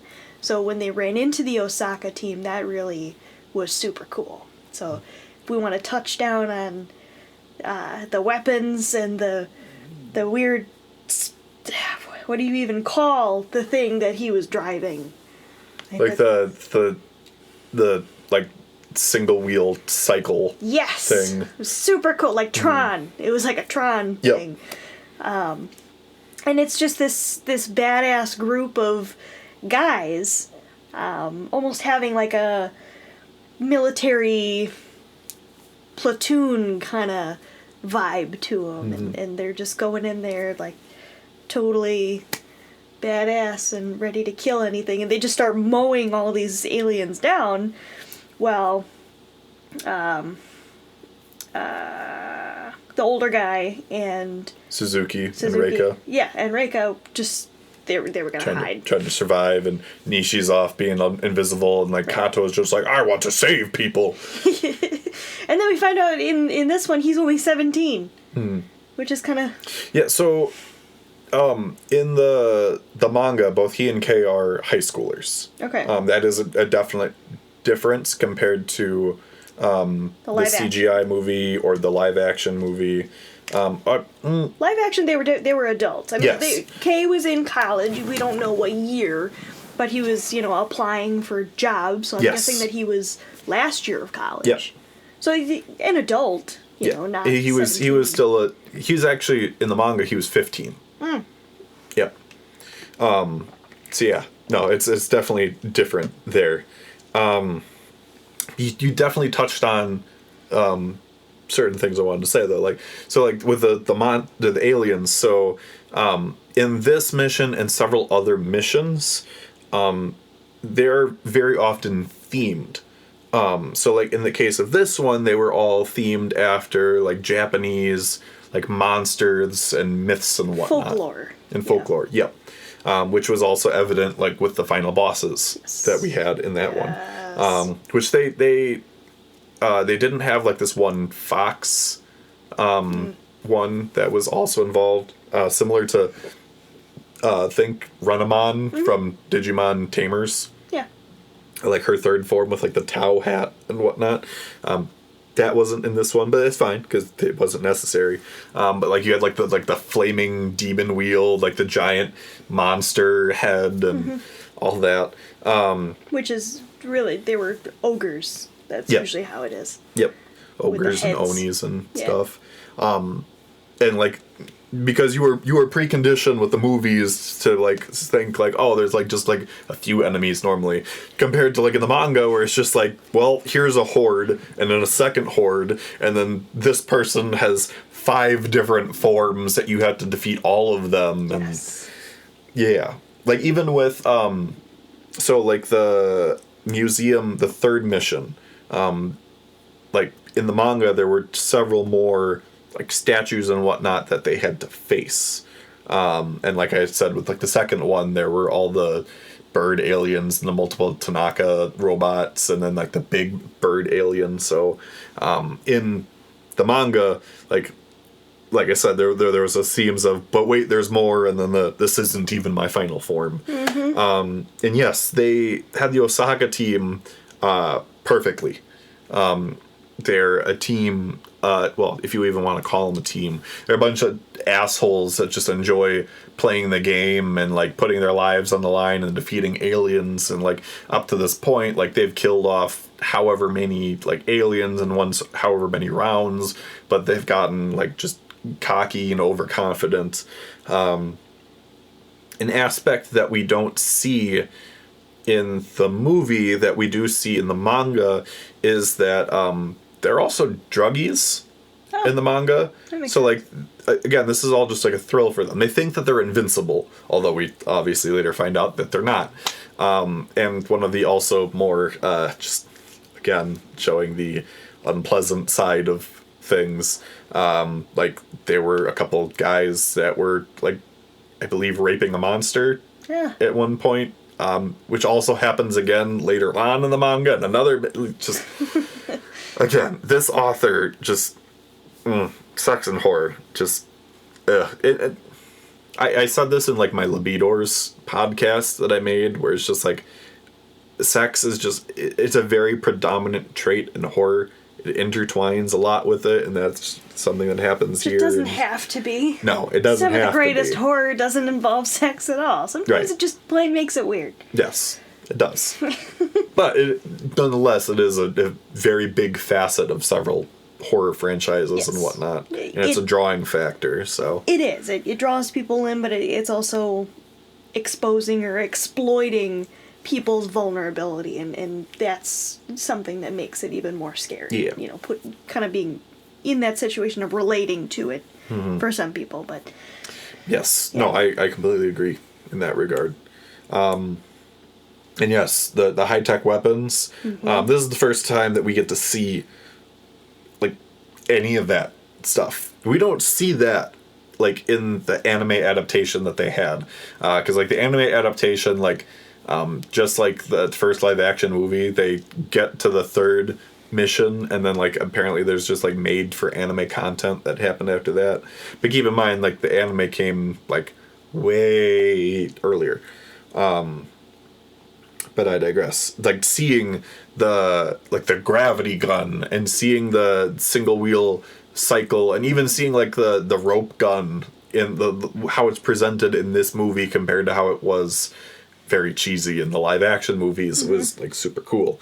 And we'll get to the other even more badass stuff momentarily, but there was the scene where like Kato went to go save the older couple and little boy against the green monster, and he runs into the one female person from Osaka, and how she's just like, oh, you're just kind of like a hypocrite. Nobody actually like tries to save people. And then she's like falls for him, even though like there's a 5-year oh no, sorry, a 6-year difference between them since she's 23 and he's 17. But, yeah, that happened. And oh god, so there, for people that haven't seen this movie, but for the people that also have seen the movie, there's a giant green monster that they fight, with like holes in its back, and it's got like a tiger face, and its tail has this blade that like retracts and like goes back in and forth, and like it looks like a vagina. It's so gross. Like an donut hole, just like the blade popping in and out, and just like. But it makes a noise. It didn't have to make a noise. No, it didn't have to make a noise, and it did. It made it worse. It did. And so, like, with that being said, then like Anzu, like I said, falls for him, and just like, "Aw, this is sweet," just like in the manga. She like has a thing for him. Like the whole thing was like you have to go back for your brother, and I have to go back for my son, and I was like, "Oh, this is such a death flag," but just like. Anytime anyone says stuff like that, it's just like, oh, this is a death flag. But then we get to essentially the 3 big alien monsters of this. There is a giant, like, bull spider, a giant tengu, and the old man. Yes, the bull spider, I would say, is just a Gantz crazy version of why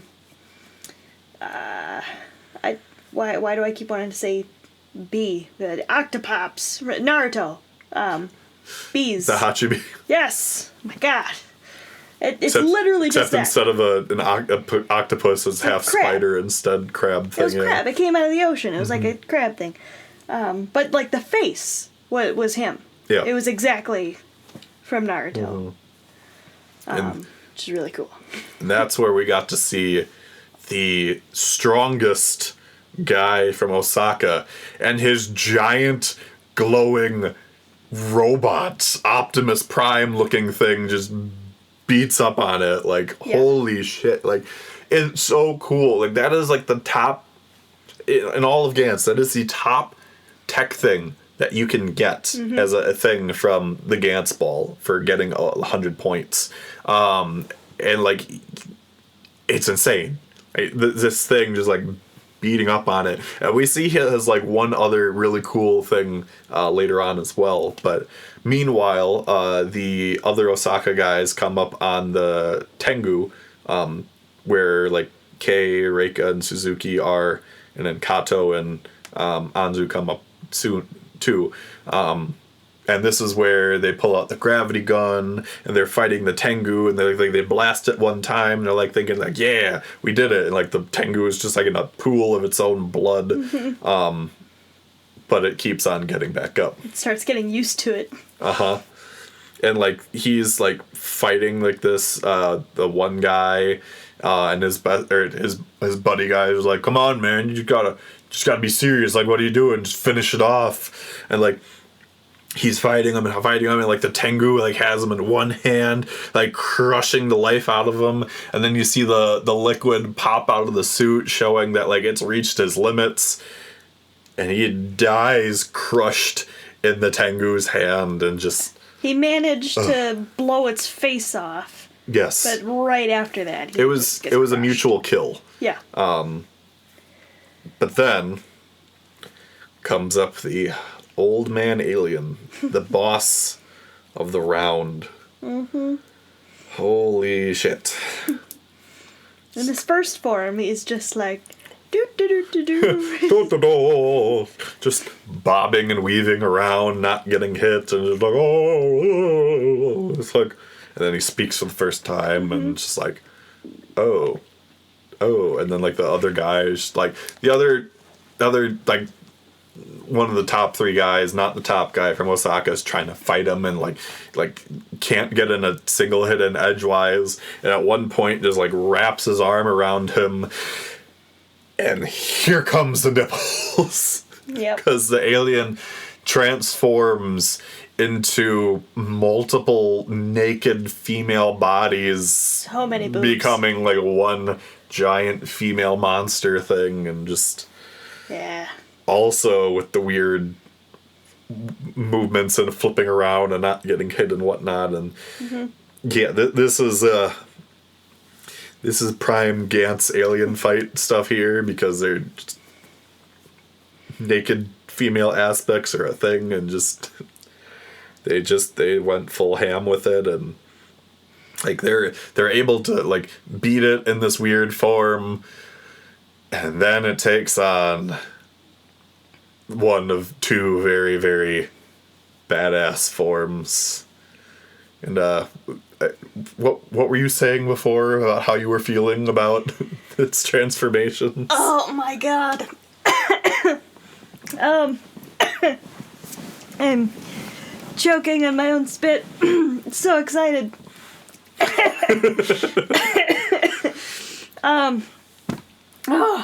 So this final form of this alien, this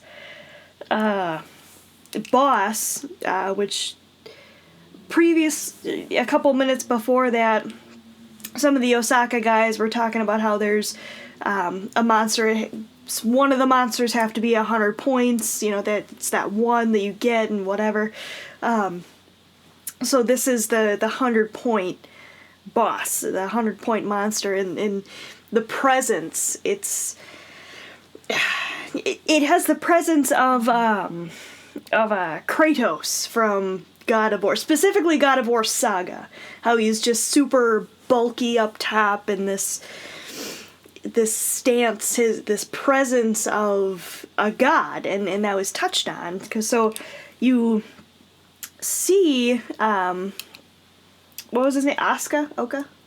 Yeah, so Oka, the name of the top guy, he comes in and he fights him while the guy is like in his like third form, like where he's got like this like skull mask and like you like black and monstrous, and like he's fighting with like the giant robot, and he gets like the giant robot gets defeated, but then all of a sudden he comes out and he's like wearing this like super powered like mech suit, and he's fighting it, and the dude transforms into like a slightly younger, way bulkier version of his first form, looking more humanoid, but then he gets sliced up, and then he transforms into his fifth and final form of like godly death. After like Oka like goes off and he's like, I'm going to go turn invisible and come back because we can't beat it like this, and then he goes off. And so within minutes, you know, Kato and the girls, they try to come up with this idea, you know, what if Oka doesn't beat this thing, so we gotta have a plan. So Kato is gonna be the decoy, so to speak, and the two girls were gonna fire from opposite sides of these vantage points, because Oka, you know, figured out that it had to be defeated by surprise attack. It had to be an innovative attack. Because he was too smart for just head-on stuff. Right. So within a minute of Oka, you know, going off, being like, I'm gonna go hide and surprise attack, Kato and the girls develop this plan, and Kato's standing there, and immediately this thing just comes right back, and it's holding Oka's head. And like I said before, the presence of it, he is just standing there towering over Kato. He has his body, it's all, you see the muscle, just bare muscle and raw, and this bone, these plates over it, and like the bone wings. The bone wings, and it's just so massive. He takes not just a finger, so just his fingernail, and touches Kato's forehead, and he's talking down to him, and you know, Kato's just scared shitless. Not to mention his suit is already dead at this point. Right. He could die at any moment, and this god of death could kill him with his finger that he's just pressed against his forehead. Right, he's just teasing him. Like, he could do anything at that moment, but he's just touching his nail to his forehead and says, you know, there's many gods in this world, and I'm one of them. And just that moment, the atmosphere surrounding this character is just so damn cool. And if I could ever get the chance to cosplay that, oh my goodness, that'd be so cool. And this thing was so insane. I mean, even after the plan had been set in motion and the girls were firing from both sides, they were just a barrage of this plasma bullets hitting it, and it's getting shredded up, but its eyes were still following. Firing laser beams from its eyes. There's still the lasers. Even when his head was split kind of in half, the eyes in different directions were firing lasers and could still see and completely, lock on to a specific target. And it was just insane. Insane. Yep. And at one point, Nichole comes in after being invisible, and, he's not able to finish it. It's just kind of Then Anzu is just like, I have to save Kato, because in these 30 minutes that I've known him, I've come to love him. And, she gets sliced in half, and it's And then, Kato's finally able to, beat it after, I forget, was it with a sword, or was it with a gun? It was with a gun. That's right. While the thing is literally just deteriorating and whatnot. Because both of his legs got blown off. Yes. So then he was just army crawling over to the gun that was sitting there. Yeah, but man, it was so goddamn cool. It was so cool.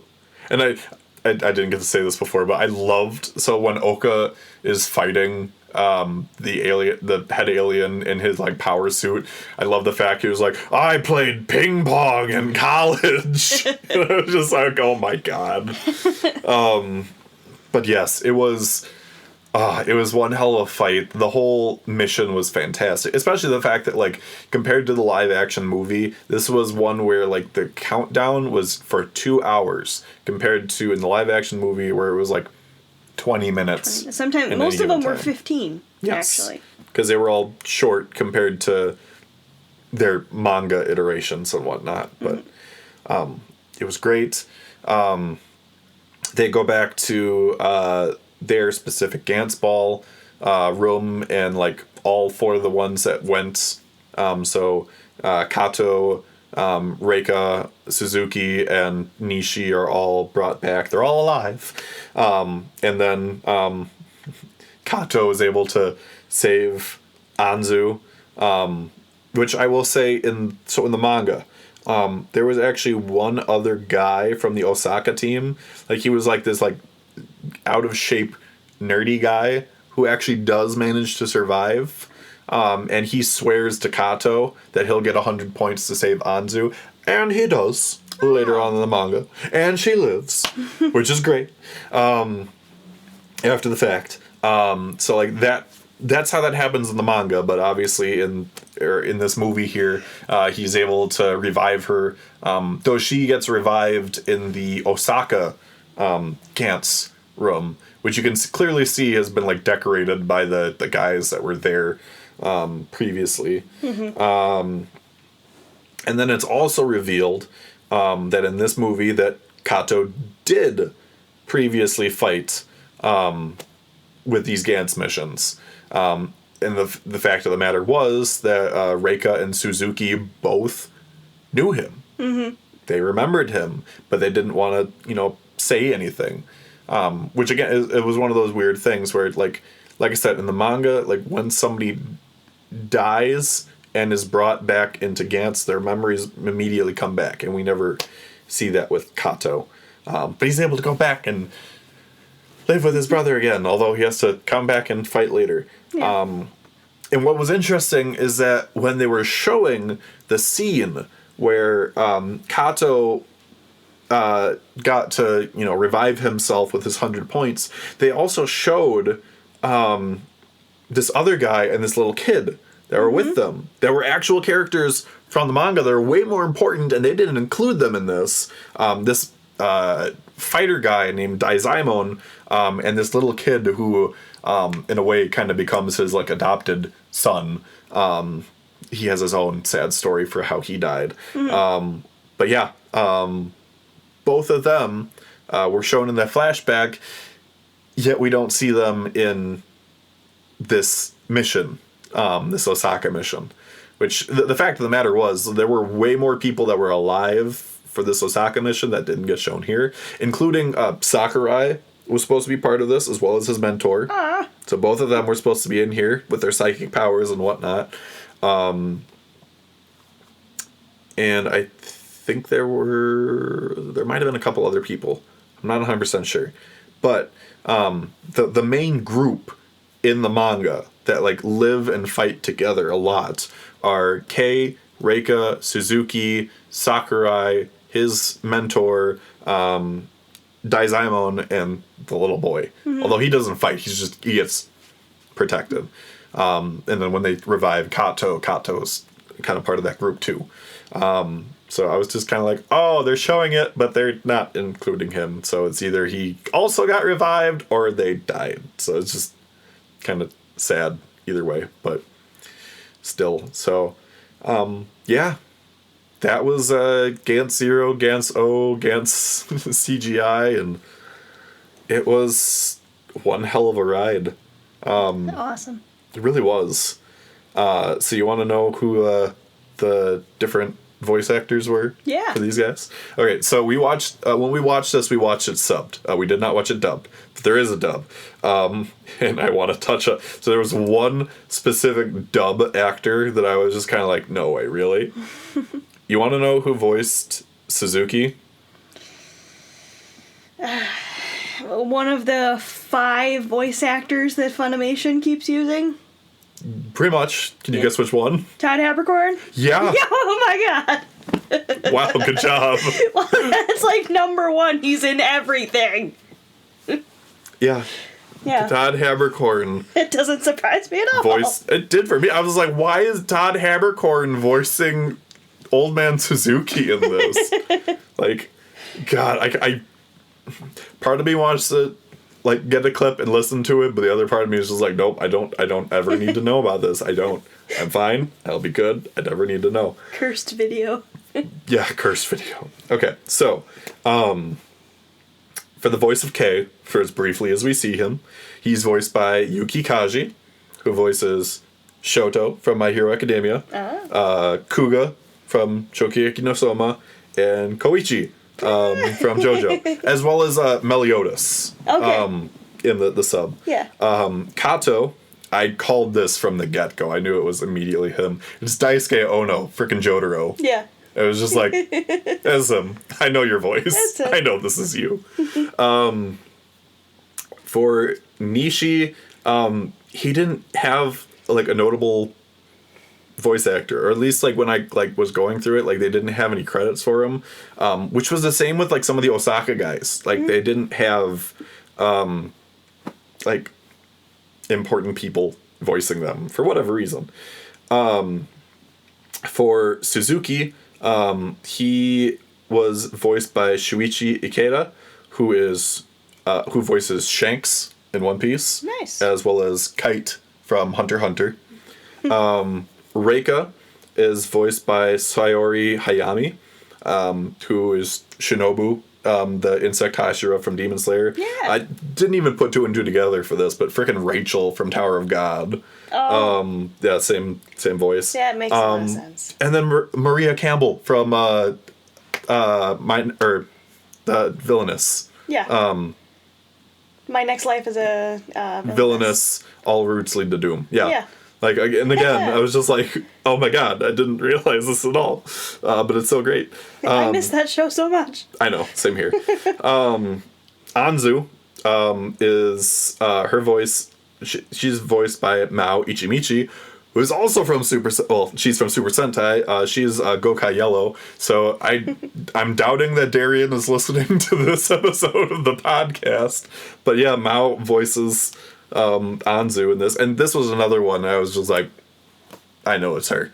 I could tell immediately. But for like anime voices, she also voices Iris from Fire Force. She voiced Shion, the purple-haired Oni from Slime. Yeah. And then also from Villainous, young Nichole. That was hilarious to me. And then so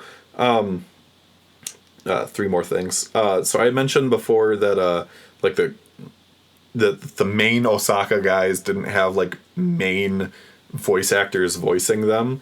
Yet despite that, they had two guys that were literally just freaking cronies, like that barely had any voice lines. One of them was Kenjiro Suda, freaking Overhaul. You know, the guy that would anytime we watch a new anime, I immediately pick out the Overhaul character. Yes. Like I'll turn to Nichole and be like, oh, Overhaul. This is the Overhaul of this anime.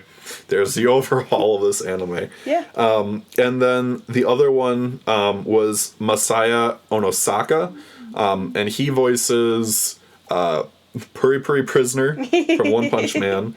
He voices Spandam from One Piece, and then Don Patch from frickin' Bobobo. Oh my god. Yeah. And then for the old guy alien, this was just kind of interesting to me.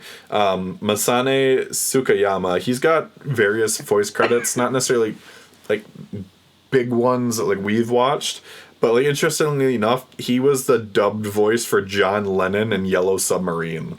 Oh. It was so freaking random. Just like, really?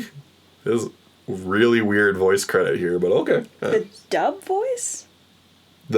He was the Japanese dub of John Lennon in the Yellow Submarine movie. So like the Japanese localization for it. That's what I'm saying. So I got confused. It sounded like he was, he's obviously a Japanese voice actor, but he spoke English for something? He was in a dub?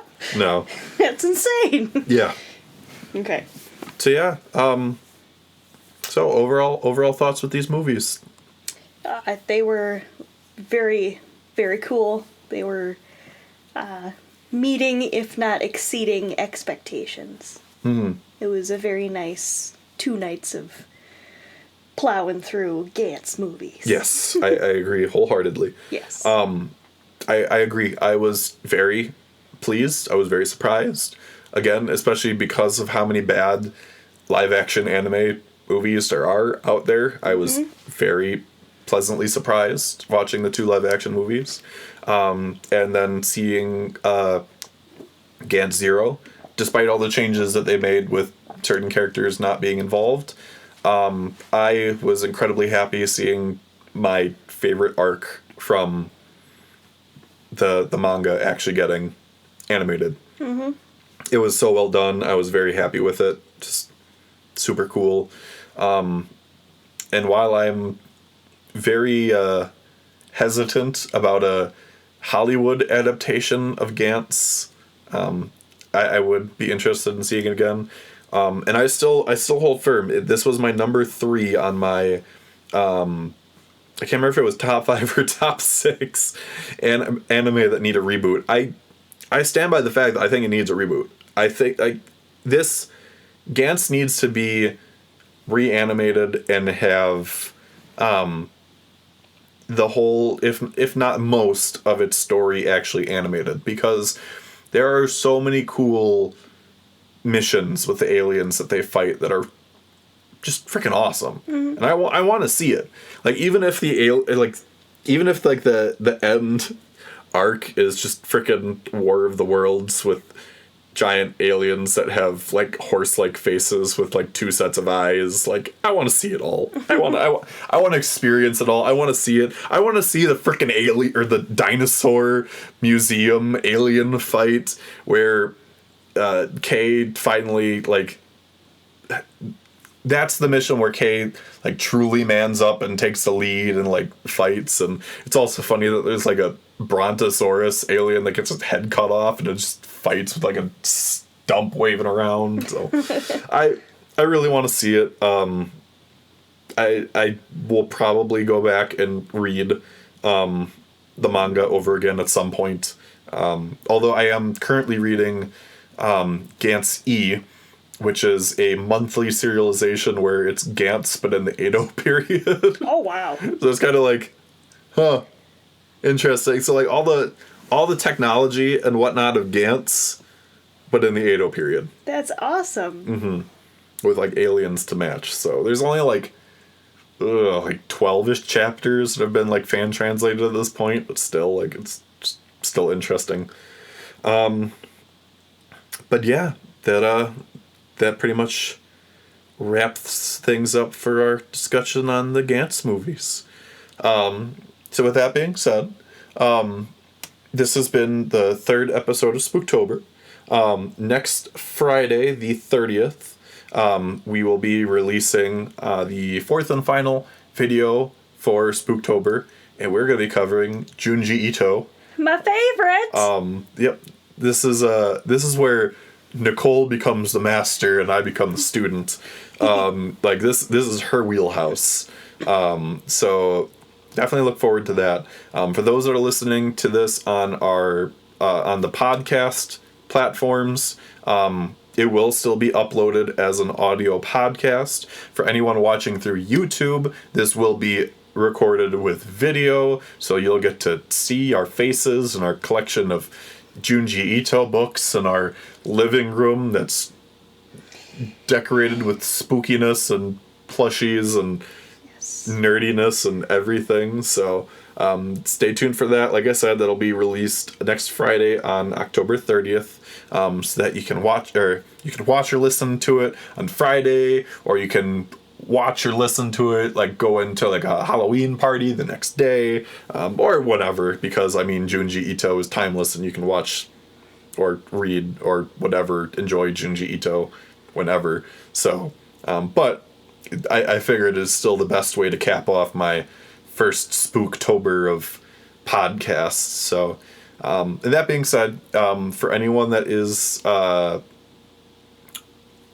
watching like the Axel bites or whatnot, my little clip videos, there will be you can bet that there will be clips from this episode, there will be clips from that episode, so yeah, those will be here as well, hopefully enticing people to watch the full things. I know this has been a very long podcast. I think we started recording at like 7:30 and it's 9:40 now, so Oh my goodness. yeah, we've been talking for a while. I apologize if your voice is gone tomorrow. I can already feel mine is, so but that being said, I want to thank everyone that has listened to this podcast. I want to thank my favorite girlfriend, my only girlfriend, my best girlfriend, Nichole Pastelewe, for being here and sitting through those movies with me and sitting through this podcast with me. So thank you for that. Well, I'm glad I'm your favorite. I know, you are. Yeah. You're so great. Oh, thanks. I love you so much. I love you too. Sorry for being mushy for people out there. You guys Men need to be mushy. Men need to be sensitive. And I am. All women I'm want always it. sensitive. Yes, you are. I cry everywhere. You do. I do. You can check her out on Instagram. Her link will be... her information will be in the information on this episode. Not to mention, I will tag her on all my social media platforms that I do. So for now, my name is Axelablaze, a.k.a. Jordan. I mean, the other way around. Jordan, a.k.a. Axelablaze. And I'm going to go to bed trying not to think about that weird green alien blade tail thingy. Vagina Tail. Bye-bye, everyone. Bye.